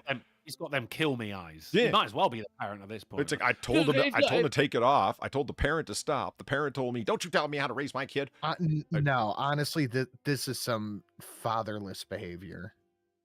Probably, this is a single mom going, this is everybody else's problem now too. That's what I think. And people complaining online about something they're not willing to do something about. Like you said, there's someone right fucking there, a real person, and yet you choose to go on Instagram after the fact and get mad as fucking hell. That, you want to talk about one of the problems, that's a fucking problem. But they go into complaining about how the strobing effect could affect people with disabilities, give people fucking seizures, et cetera, and it's like, you don't need to go there, guys. That might be a possibility, but it's a fucking outlier. Already on your side. Don't ruin it. Yeah. It's saying it's annoying and showing the hat is more than enough to get people to agree with you. Do everyone a favor and take the hat off of the kid and throw it out the window. I know you're on a plane and that will cause decompression and the plane will crash, but people will thank you on the way down. A flight attendant actually chimed in. A flight attendant chimed in with her 2 cents as well. As a flight attendant, as a black person, as a person of color, I believe that... Shut up! Online bullshit. Of a mother. Yeah. I'd say to put it away. There are people who are trying to rest, read, watch a movie, and also people with disabilities. It can be incredibly annoying or irritating for them. Like, you don't need to say any of these fucking things. Just like, did you see the fucking hat? Need I say more? No, you don't. I mean, actually, it's easily solvable, isn't it? Because you've not even got to like take the hat away or hide it or anything. You take the hat, you stamp on it, and you give the hat back. No more lights, no more music. Or remove the batteries. it's yeah, but now the kid's crying. True, but it's a satisfying noise as opposed to the previous one. I would prefer the kid crying. It makes me turgid. I mean, you spend a lot of time in the kitchen, right, Drunkle? Grease fires are the hardest to put out. And that's why you should be careful. No, I was good in the kitchen. I never had one. Well, Unless you're referring to they weren't, children because a as grease blaze fires, is the in which largest case- wildfire ever recorded in the EU. Whoa! Look at that shit. Oh my What? god! I mean, 100 clicks northeast of Athens in Os, a Greek place. Holy shit! And this was caused by Greece? No, it's a Wow, it's a it's joke, called Think Drunkle. Grease. Grease fire, get it? I know. You? Come on, it was a Purveyor of reducto puns? absurdium. Yeah, well, yeah. I like how it's like, because normally when you see fires, it's a line of blaze as the wall of fire moves through the forest. Yeah. You don't see a whole tree going up like this. Like, good God. I know where they're getting the kindling from. Whatever this species of tree is. Look at that fucker go. What were they Cradle of cooking? civilization. Getting what you deserve. The EU's Civil Protection Service, because it's Greece, you know, they don't have their own of You get anything. the joke. No, it's the joke in this case is the fucking EU hasn't fucking expelled Greece. I mean, it's not like they're a giant money hole or anything. It's not like their non-existent services aren't a constant drain on every other fucking country. It's not like fucking Germany and France hold the whole fucking ridiculous house of cards up or anything.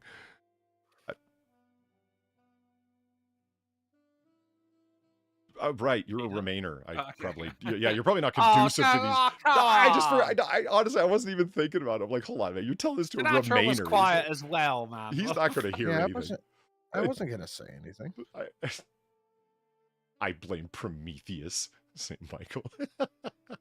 Yeah, terrible film. Here we go. White Sox shooting. Woman snuck gun into a Major League Baseball game in Chicago through the folds in her belly fat before it went off by accident. I saw So this. angry. I was saving it. I thought this is brilliant. This is perfect Monday material. I should have known Polly would get it as well.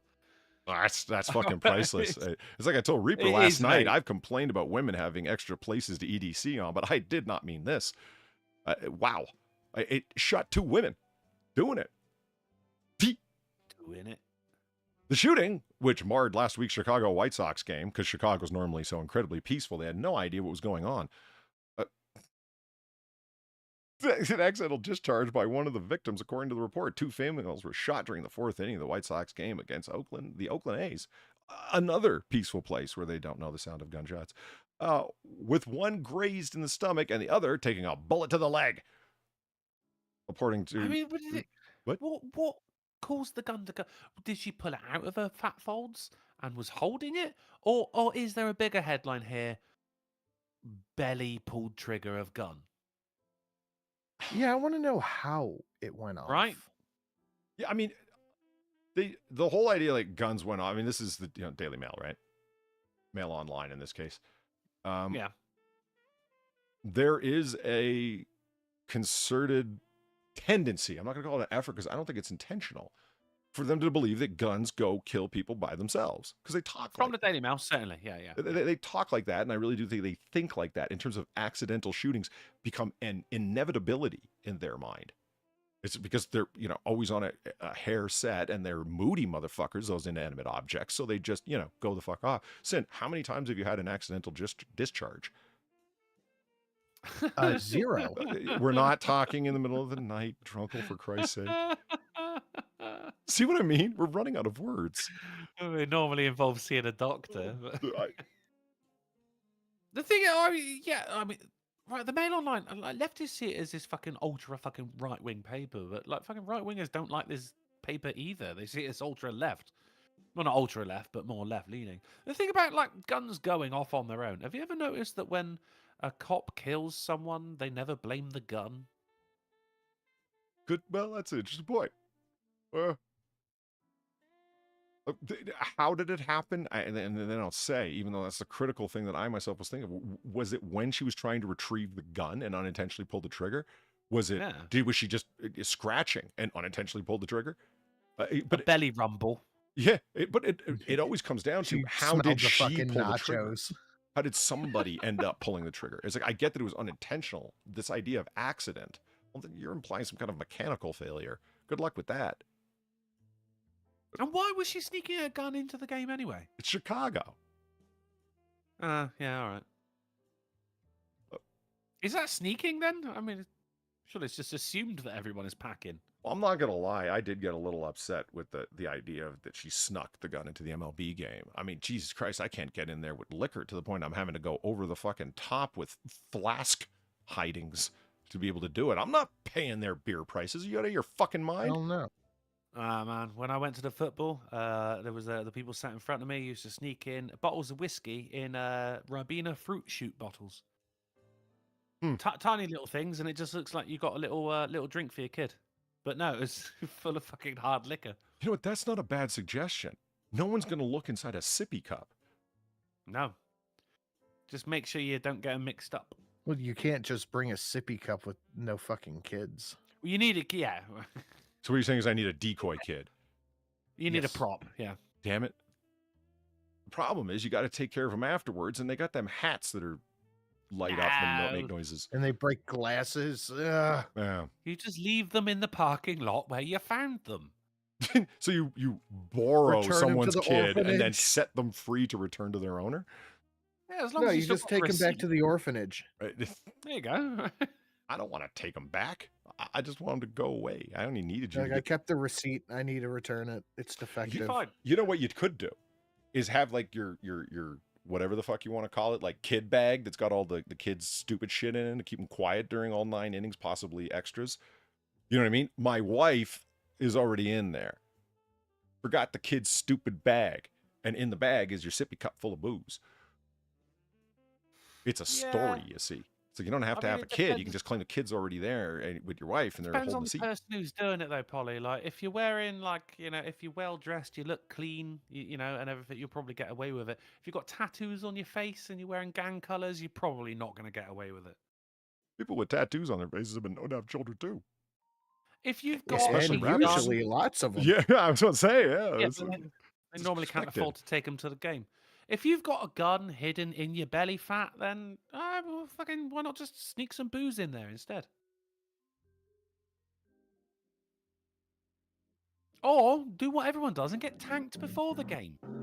Well, that's It's called fiscal responsibility. Well, Look it up. Bars and MLB games have insured fucking pre-gaming with their liquor and beer prices. You motherfuckers. Like, yeah, do I drink before I go to a major league game? You damn right I do. Because I can only fit so much liquor in a flask that I'm able to fucking sneak in because they pat you down. You ever go to a Nationals game? You feel like you're trying to get into the White House. Dude, I have had some of the worst pat downs in the world going to football.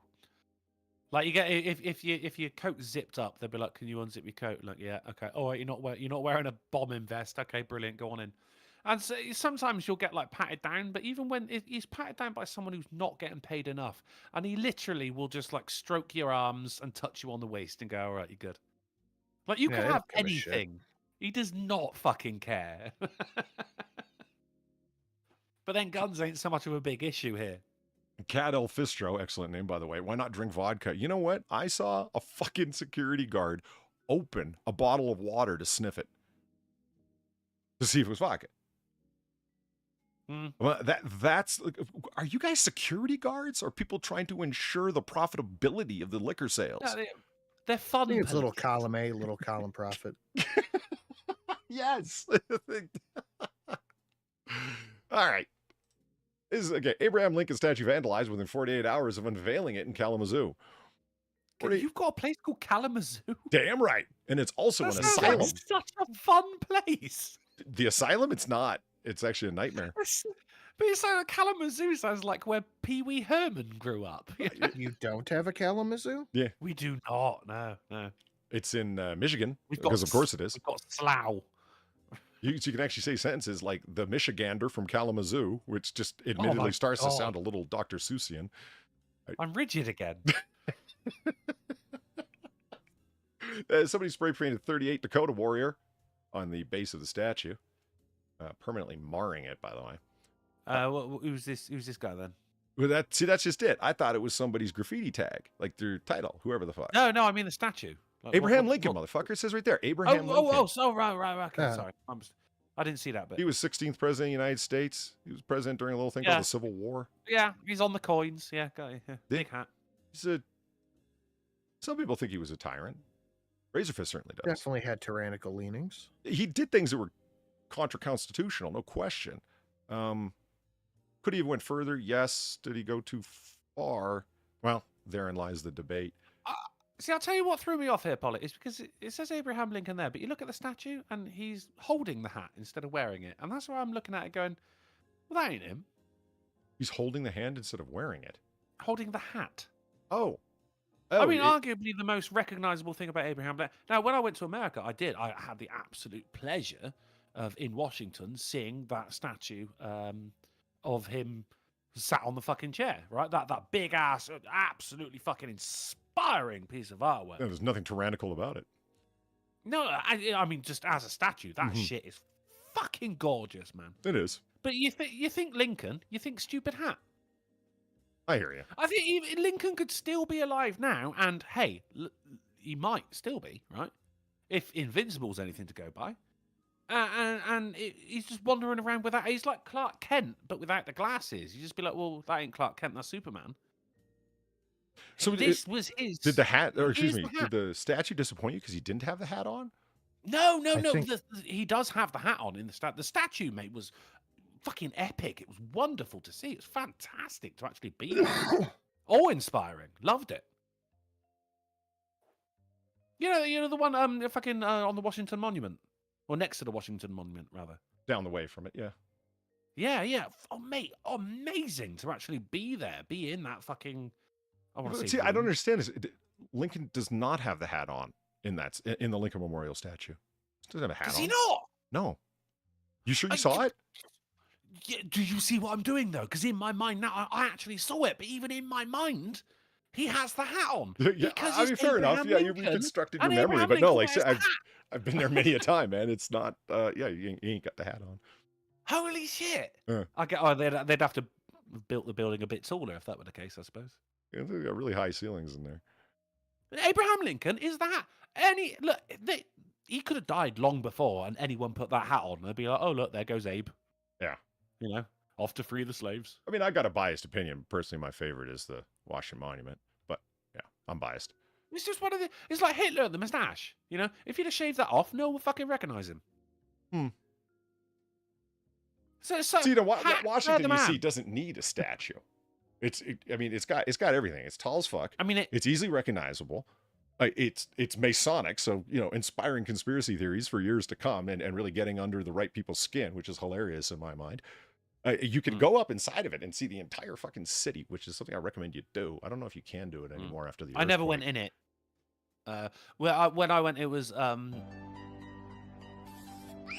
I went to America, it was just after September the 11th. So a lot of the places you could normally go in, you were not allowed to go in. So, I mean, I got to see it. And again, yeah, awe-inspiring. I mean, it's huge. Boom. If I recall, the Washington Monument also has a hat. You mean there's a hat on top of the obelisk? Is that what you're saying? Never been up there. No, there's no hat on it. There's just a little pyramid shape like every other obelisk, Yeah, well, that could be a hat. I mean, Jefferson's got one. A statue, I mean. There's that fucking even MLK's got a really badly done statue. They did him wrong, man. Doesn't look good. Was Jefferson actually? Jefferson wasn't a president, though, was he? Yes, he was the third president. Who's the guy who wasn't a president? Who was still on a dollar bill? Benjamin Franklin. He was on the $100 bill, but yeah, it was Ben Franklin. Franklin, Jefferson, same thing. very much not the same. Yeah, No, they it's the really same couldn't thing, have been same more thing. different, those two guys, man. One was a It's the blue same blood, the other thing. guy was an entrepreneur and brilliant. Same thing. One owned slaves, one was deeply opposed to it. One actually created things Or of hat. use, the other one was a leech off society. I have opinions on Jefferson. It's got The nothing to do with his difference. slaveholding. He was just a scumbag and, independent of that. Which one wore a hat? Hat.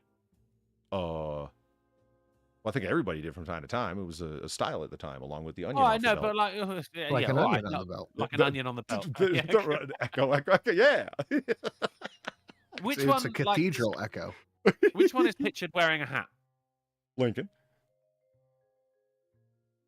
Yeah, no, out of fucking Franklin and Jefferson. Yes. I would say neither are traditionally associated with wearing a hat. They don't wear hats. See, I would trust the guy wearing a hat. I say trust the guy wearing his own hair. Washington never Was wore he a don't weave. like Washington? What's that? He didn't even have hair. He didn't have his. He had a Fraser Crane look going on. Who? Washington. What are you talking about? He had his own hair. He never wore a powdered wig in his life. That was his actual hair.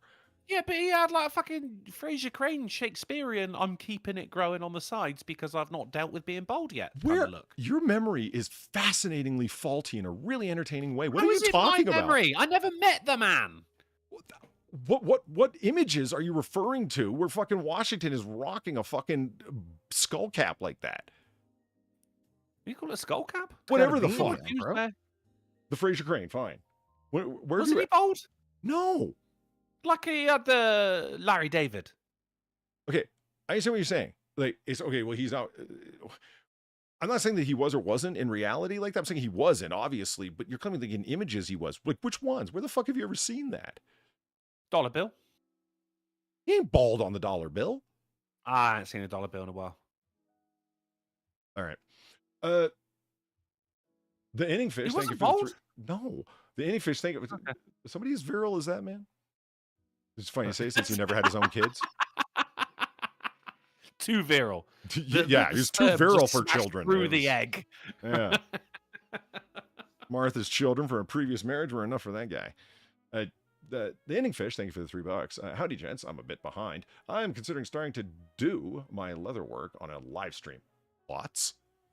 I think doing anything on a fucking live stream is a great idea.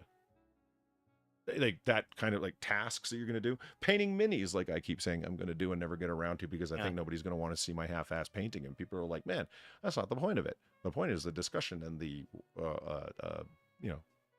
most people aren't even looking at the screen when they're watching us live anyway, guys. Did you know the visuals that we show are kind of just for nothing? I mean, dude, look at fucking Squid, Omegon. He'll play Truck Simulator and just I do. people in chat. And I'm a fan. I love Euro Truck Simulator that Omegon does. It's the most relaxing thing on YouTube.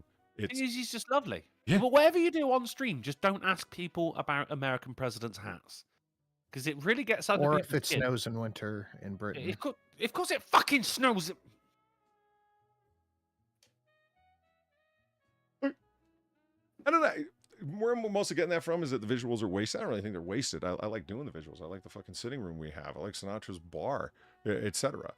But, and of course, my favorite bar, Noir Bar. I work at it and enjoy doing it, the backgrounds. But I always think like, man, you've looked at the analytics and 60-70% consumed on mobile. I have to assume most people aren't looking at their handset, whatever device it is, be it tablet or phone, while they're watching. Why would they? I don't. Any chance I could get a mention in the things that you like there, Polly? Well, your bar is my favorite. We've been in the summer house for a while now, but yes. Well, and notice I didn't mention it. I do notice. So in case you're curious, because I was curious, this is not this guy's graffiti tag, 38 Dakota Warrior. It is in reference to the U.S. Well, at least their assertion is it's in reference to the U.S. Dakota War in 1862, in which 38 Dakota men were hanged. Lincoln approved the list of men to be executed, including those who participated in quote-unquote massacres of civilians.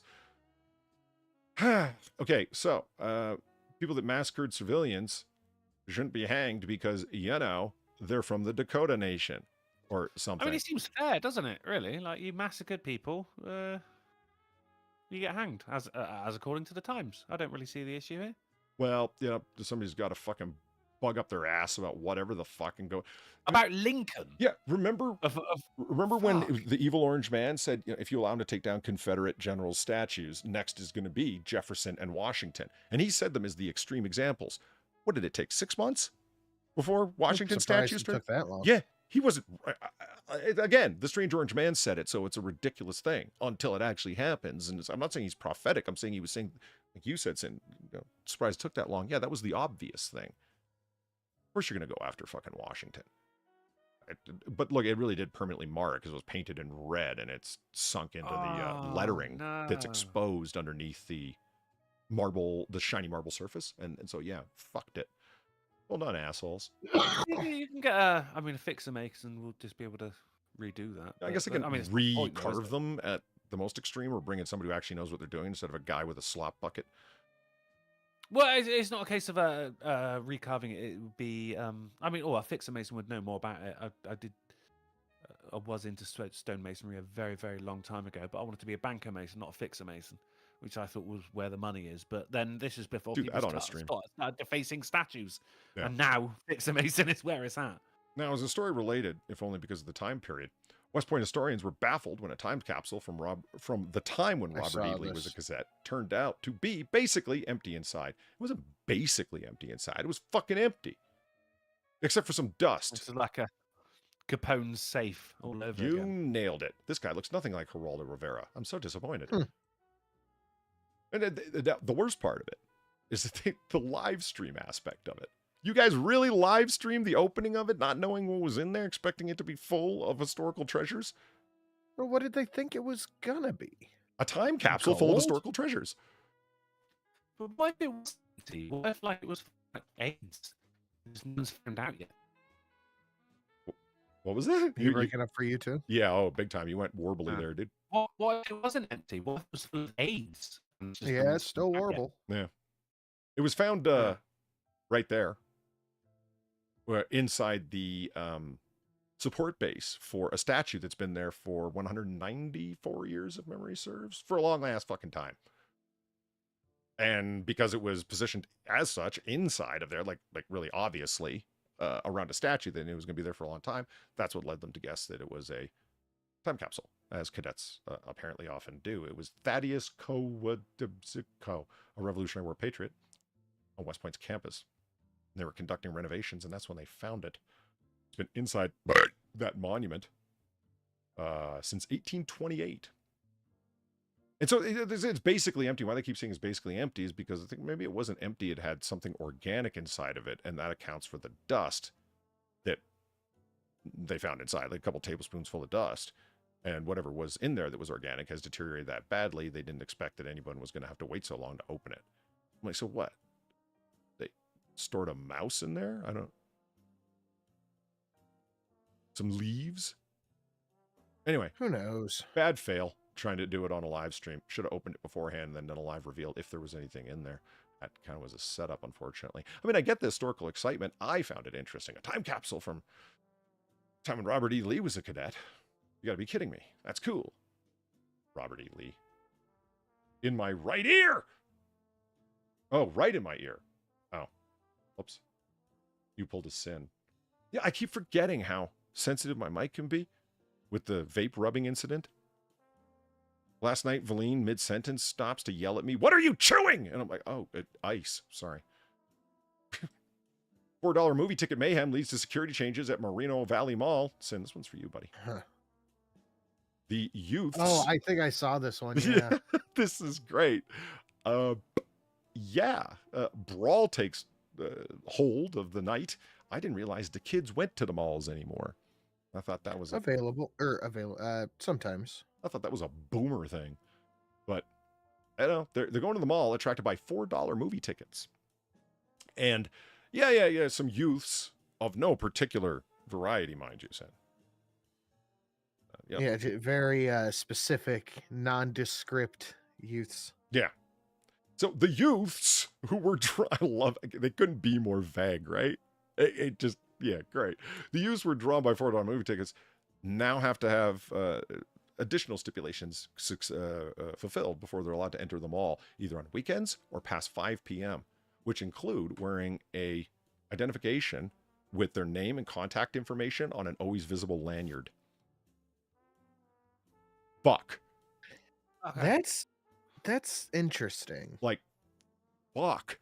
Do the Jewish ones have to have little gold stars too? I've just rejoined. I'm guessing this is following the massive brawl in the mall. Amongst no one in particular other than that they were youths? Yes. Yeah.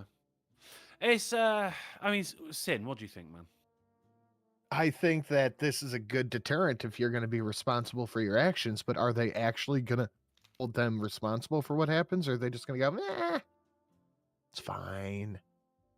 I think it's along the you might see with smaller shops, like only 2 school children or 2 teenagers allowed at any time, which seems like some rights are getting encroached on. It depends how fucking far you take it. I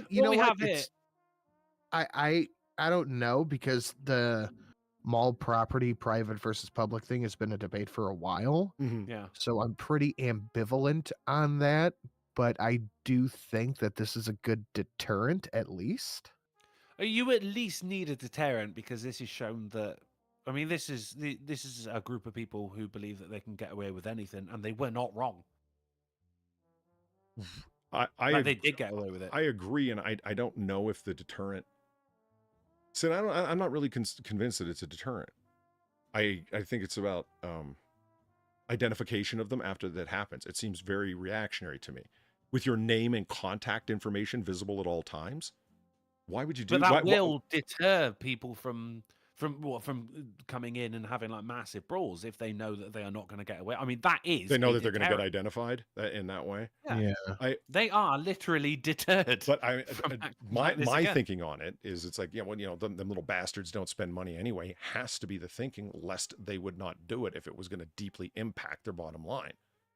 Yeah, I mean, they're not going there for fucking Fenty and Prada and shit. They're going there to hang out with their friends because it's free, air conditioned, and indoors. And $4 for a movie. Yeah. Well, the $4 for a movie? Yeah, that's what they argue attracted them all there. That's why they were all there. And somebody in chat says $4 is a good. Deb is $4 is a good deal. Damn right it is. Fucking huge deal. But again, I don't know. My mind always goes to like, okay, the majority of youths are not actually doing any fucking thing, and now they got to walk around with that fucking lanyard. I hear what you're saying, Sin, but private property and all. It seems like it's not focusing your attention in the right way or in the right place. Well, Polly, how would you feel if instead of this, this group of people, instead of brawling in the middle of the mall, went and just fucking shoplifted en masse and just ran out? Like, there's so many of them, you can't stop them. Would that change how you feel about it? Well, how often have we seen that happen? I mean, right. Not I mean, there's actual cases of that bullshit occurring. When does it? Again, I would want to see if the same method was used. We're gonna like mass tag up fucking everybody. There's a lot of. I don't know. Do you feel that it's correct and right for a granny to have to go through a pat down and TSA search because somebody might be carrying a bomb, even though she is the least likely person to be doing so? Well, I think TSA writ large has been a failure. But this is just addressing an issue. And so what is your problem with this? Yeah, that's but see, I want to be clear about this. I'm not saying that there's this is the worst piece of effrontery I've ever heard of. My God, that anyone could do this. I'm not remotely that hard feeling about it. It's just there's something that doesn't sit right with making every youth that comes in there wear ID around their neck with content. There's something undignified about it in general. Number one, in one other situation outside of this context, would you be okay with children identifying themselves to literally everybody that wants to look at their ID card and where they live and how to get a hold of them? It's not literally. What does it say? What are the rules? It says youths. Does it say unaccompanied children? Actually, unaccompanied children is part of it. Yes. Yeah. Because 10-year-olds with their parents won't have to do this. 15-year-olds with their parents don't have to do this. But unaccompanied, this is literally specifically meant for unaccompanied teenagers. It is. It's specific not like to them. Any It's not like any adult can just go up and go like, right, show me your information, which is around your neck here. This would be for security and indeed police. This is so they're identifiable. It's not like, fucking Johnny Pedo, greased up, fucking George Washington hair looking motherfucker can just go up and get this this kid's personal details. Wow. You can go ahead and leave Washington out of that next description. Was Hell, I guess your point, but Jesus, man. I mean, so what's my problem? It just doesn't sit right to any kids that never did nothing to be put in the position of having to do that. And it's like, is it the end of the world? No. And it won't kill anybody if they end up going through with it. Yeah. Well, that sounds like they're going to go through with it. It won't be the end of the world. Like I said, it just doesn't sit right. It seems like untargeted. It's a shotgun approach to something where a sniper shot to the right youth would be the right answer. Well, literally, that may be the case, but what I said about Washington was a lot less fucking aggressive than that. I Jesus highly doubt this was the first incident at this mall. That's not a bad guess, man. Honestly, I mean, they if they did, they went full retard pretty fucking quick in terms of responses. No, I hear you. This is like no more. I mean, but speaking of no more, I mean, you heard about fast food joints and whatnot with no more unaccompanied children, right? And things like this. Fight over McDonald's sauce led to the death of a teenager in D.C. of all places, surprising literally no one. Over sauce. Fall over Interesting. A 16-year-old shot another 16-year-old girl over an argument over sauce, and it wasn't just over sauce. Okay, this might sound petty, but it was over sweet and sour, the worst of all of their sauce offerings. Not even barbecue. It wasn't even fucking barbecue. Bastards. It's mind blowing. Of course, it brings in the two most identifiable: the killing of a 16-year-old from Maryland, because shocker, took place after her accused murderer fought over sweet and sour dipping sauce. Brendan Jasper testified at the arraignment of the 16-year-old girl whom police are arrested for the alleged murder of Naima Ligon. And it's like, look at this girl. Like, what the hell? What's going on? That's son of a bitch. Is that the girl who got killed or the girl That's the girl who was killed. And that's just sad. Maybe she's a little hellion, but it looks like just like a little girl there. What the fuck? And now you're dead over sauce. No one deserves to die over That's condom, mate. ridiculous. No matter what you've done, that is dumb. The 16-year-old girl's lawyer said the girl should be put on a 24-hour curfew rather than her order to be held at a youth detention center. And the judge said, no, youth detention center. Let me just get this straight. Your client shot another kid and killed another kid over fucking sauce that lots of McDonald's will give you for free, and the more obnoxious ones, like the one I go to, will charge you for. Right to jail. Right to jail. And you still think that it would be unjust to have this person held. It's not like they're being charged for stealing their neighbor's newspaper off the porch or something. No, this is a legitimate danger to society. That they are willing to take another human's life over sweet and sour sauce, the worst of all sauces. I mean, you packed heat and got your blast on at a fucking McDonald's parking lot in broad daylight. This wasn't even. There was at night. something else that happened here. Some other event happened. Like it's like, that's my sauce, motherfucker. And she's like, who you call motherfucker, bitch? And one pulled African fight snakes appeared. It was all bad news. Right. But one has to. I mean, when confrontations like that, die or kill someone, is it? Like it doesn't matter. This person is a danger to society. That is not normal behavior. Just bring back the mafia. Yeah, crimes like this tend to not happen in mafia-controlled neighborhoods. It's true. That's true. Yeah. So yeah, that's the thing that happened, and I bring that up because of this. It's like, well, when did those situations ever get bad? What the fuck are you talking about? And the answer is obviously stronger gun control. Clearly. Yeah. Not less sweet and sour sauce. More sweet and sour sauce. Yeah, we need more. Yeah, right. Now, Upper West Side dad believed to have killed his family. He was stressed over moving to the suburbs. Me too, motherfucker.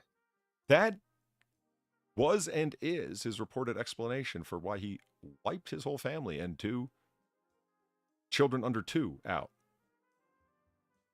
Veto. All right. Is he less stressed now? I can't do the dead kids, DeVito. It was the whole family. I thought it'd be okay. I thought about it, but yeah, okay. Jesus Christ, Polly. What? I didn't kill anyone. Man 86 of accused assuming. Well, I moved around right away. It's a fair veto. You know, that's man 86 accused of assuming dead brother's identity in 1965 is convicted of several charges. Good on you, he got away Napoleon. with it for fucking 65 years. Yes. Jeez, Good Christ, on you, alright. man. Well, you got to appreciate a guy who could, you know, pull a scam and keep his head down, huh? And he The had, long con. for God's sake, he had to give up the name Napoleon Gonzalez to do it. That was the hardest thing of all. Oh, that's the real crime here. Yeah, that's bad. He's accused of assuming his dead brother's identity. And he was... No, was this getting too guilty? He double dipped on Social Security benefits for his dead brother and for his former identity at the same time. And that's how attention was brought to him.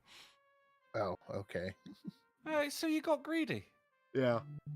I was like, you know, keep his head down. But, you know, Napoleon Gonzalez of Etna assumed the identity of his brother a quarter of a century after his sibling's death as an infant and used the stolen identity to obtain Social Security benefits under both identities, multiple passports, and state of identification cards, local law enforcement officials said. As an infant. That is fucking insane. Like, even, like, so they're both little kids, and, like, his brother dies, and everyone's like, you know, he's got aunties and uncles that coming in buying him Lego. Oh, you know, you okay? You're all right about your brother? He goes, yeah, I've got plans. I know what I'm going to do about this in the future. Yeah. As soon as I get that Social Security number in my hands, I know exactly what I'm doing, Aunt Edna. Don't you worry about me. I'll be buying Lego for the whole family in a couple of years. It's classic. It really is. Comes down to keeping his head down and then eventually getting found out. I've got a strong opinion that there was a rat here. That he got that he got tipped on. Someone damned him. Because this guy doesn't seem like the kind of person who makes mistakes, at least over the long term. And the idea that he suddenly got greedy. No, he had been greedy, if you want to call it that, for quite some time and had been getting away with it. I think somebody dimed him. Most likely, yeah. If you're at this point, yeah. Think about law enforcement without the use of informants. Well, then What they'd can actually really be have to done like about this? work. What? He's 86 years old. Mhm. You can't fine him because he's clearly broke. That he's, Well, he's you know the having a- thing in the current climate of well, out there. No one is above the law, except Yeah, for but the you- people the you're news not- media report are, and then it's fine. You're not sending him to jail. He's 86. I think they damn well will, because no one's above the law. Oh my God! Right, yeah. If carries the greatest potential prison sentence up to 20 years. Mm. He ain't got 20 years in him. Yeah. Well, I mean, he's waiting for the appeal court to issue a ruling, and his attorney asked that he be able to stay out of prison until that time. Yeah. I doubt that's going to go off for him. And considering Well, that the good he news- did this in and stayed in that whole time in Portland, not the other one in Maine, the good one. Oh, Everyone forgets there's a Portland, I mean, Maine. And it's a fine place. he will. He'll at least get 2 appeals though, won't he? Like one for him and one for his brother. Yeah, it's the new wave of how shit free citizens. I'm not that person. I'm a traveler. It's like this. You're convicting the wrong man. What if he like took he went under the court case under his brother's name, and then he went, right, you're going to jail for 20 years, and he'd be like, you sentenced the wrong man. Yeah. Would he be free to go? I do want to do this story, but we're running short on time, so now I've just got to get going. And I'm very much aware of this, and I haven't forgotten. Running a little That's bit okay. long, though. So I'm going to give this story a little tantalization. I'm going to pretend as a word. All right. And then just, but not because this story needs a full hearing. But it's so good, I got to at least say part of it. And to kind of own it and call dibs on it. The Texas town, in this case, it's called Coffee City. I love everything about this story. Fuck yes. Coffee City, Texas.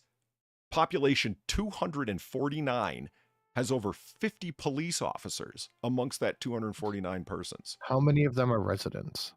All of them. All of them? All of them. Interesting. And there isn't Was a this single special one, not for? a single one of them, that has law enforcement experience exclusively from Coffee City. They've all been hired from outside. Over half of them were fired or dismissed from their previous employment in law enforcement in one way or another for corruption, sounds like a great incompetence, idea. or whatever the fuck. So how the fuck, how do you have over 50 police officers? How do you have 1/3 of your population? Well, wait a minute, it's not 1/3. It's 4 to 1. 249, 50, 1 to 5, whatever, 1/5. 1/5. 1 to 5. It'd be 4 to 1. It'd be 4 to 1. Nope. It'd be 1/5. Yeah, 1/5. It'd be 1. The 20%. of your population being law enforcement, half of those people all of them were hired from somewhere else.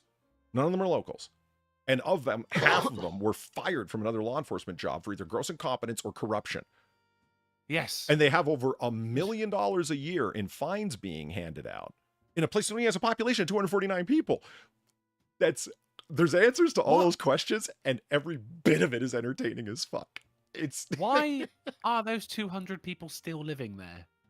Yeah, that's a good point. Knowing Why it's the not gonna fuck go haven't well you for got them? the hell out of town? Move Right? down the road to Espresso City. It's a lot better.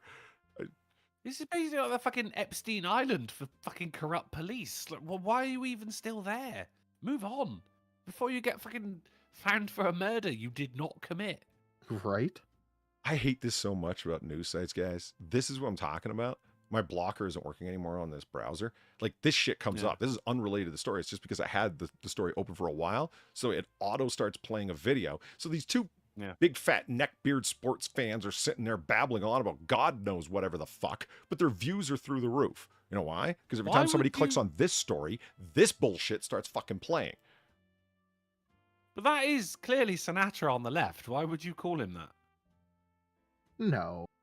I have an actual beard. Yeah, I was supposed to say, he doesn't rock the chin strap beard. But then again, I just found out today he wears glasses. I had no idea. Yeah, and Lincoln. Mine wore a are hat. full frame, too. I mean, nothing personal against these guys. I'm sure whatever they're talking about is interesting to them. It's just, what the fuck has this got to do with, Coffee City? Nothing. It's just, why not? You want to talk about double dipping? Here's some fucking double dipping.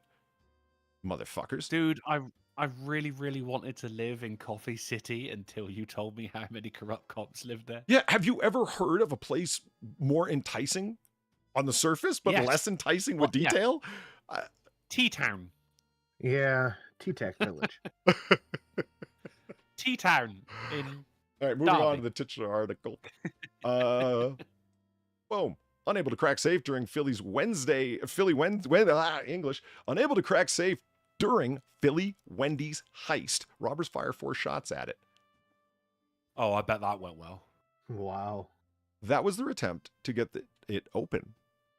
Jesus. It obviously didn't work. It hit someone in a main artery in the leg, and he's going, they should call it an unsafe. They went in there, these high-end robbers. First of all, you went to a Wendy's. Yeah, okay, so the big... You're robbing a Wendy's. Yeah, once-in-a-lifetime score. Well done, guys. You planned this one out The clearly. big one. Yeah. Well, if you're going to rob a place, you'd want to do it for, you would think, at least enough money to justify the amount of risk you're taking. Not in terms of getting shot. Or at least the amount of ammo you spent. But they are actually under the impression robbing a Wendy's or any fast food joint that anybody there has access to the safe. What do you think the slot on the front of the fucking safe is for? Is to put the money through. It's for the bullets. There's a reason it's a time safe. It can only be open from time X to time Y on purpose to stop the very thing that you attempted to do, assholes. I don't understand. Like, I don't need you to do a deep reconnoiter into the place you're robbing. Just be vaguely aware. I mean, that's why people rob. I don't know, man. What? I think from the moment we heard that they were robbing a Wendy's, we could assume these are not the smartest criminals we've ever heard of here. Yeah, it's a safe assumption. It turned into a yelling match. They were there for over 15 minutes yelling at the employees to open it up. They thought it was a game of wits and determination with the employees who were just playing the tough guy. Bring out Wendy! Yeah. Bring out Wendy! Where's that bitch? I know she's back there. Right up against it turns the time when I wanted to stop a little bit more on time and make the show a little bit more orderly and tighter, if you will. So but some of the quotes of what witnesses reported, they said were just fucking legend. Yeah, like I said, they really were thinking of it movie style as a battle of wits. All we got to do is hold a gun to somebody's head and threaten them, which is what they ended up doing. I'm not. Fuck, you want to go home? You want to be killed? You willing to die over your manager's money? Shit like that, over the company's money. And it's like, no, they literally don't know. And it's like, quit playing stupid with me. So, in frustration, he really did fire at the safe 4 times, not out of anger, but at trying to open it. I was worried about that. Like, I would much prefer out of anger, but trying to open a safe That's with bullets. worse. Yeah. He's pointed his gun at it going, I don't know why no one's ever thought of this. Just shoot the safe. Yeah. I mean, I'm the my smartest God. person ever. If only the robbers who brought the means of opening every safe had thought of this before me. I'm going to get a Nobel Crime Prize for this revelation. But against my expectations anyway, they've yet to be caught. They got away. They all just ran out into the... Really? Yeah, they ran away to the SUV and took off, and that was that. If you have any information, please contact your local authorities. Holy shit. So they got away with a few $100s that came from the register's trays alone. Would you love it if they were all dressed as the Hamburglar? And corporate rating takes on a whole new edge. Yeah.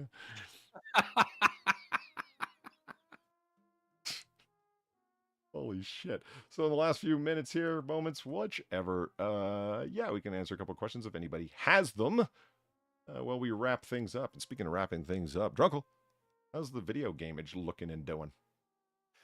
Been just on point as ever. Actually, my friend, yeah, I finished the stream earlier on. Trout Tuesday yesterday, that was pretty good, and we had Machina Monday. Detroit Becoming Human, aptly titled CDOS Run. It's one of my moments right there. Over on twitch.tv/drunkleplays. If you ain't watching it, I don't know what the fuck you're doing with your life. I don't know what the fuck I'm doing with my life. Honestly, I get very few people watching it. Okay, it sounded exciting and interesting until that last part. That's not the best marketing I've ever heard, but okay. The other day, I've done nothing but stare at it. It's original marketing approach. I'll give you that. Sinatra, do you have something going up for us? Not tonight. No? Okay. Huh. Well, there it is. Thank you for coming by. Everybody. Ollie. Yeah. How was Noirbar? Oh, well, thank you for asking. Noirbar was fun. It was good times. Far was back on, as usual. Oh, good, And, yeah, it was a good time. I'm trying to think. I literally don't remember what we did. That's a good sign. That means you can go watch it and you'll be like, wow, this is a great show. Yeah, I was so fucking entertaining here, man.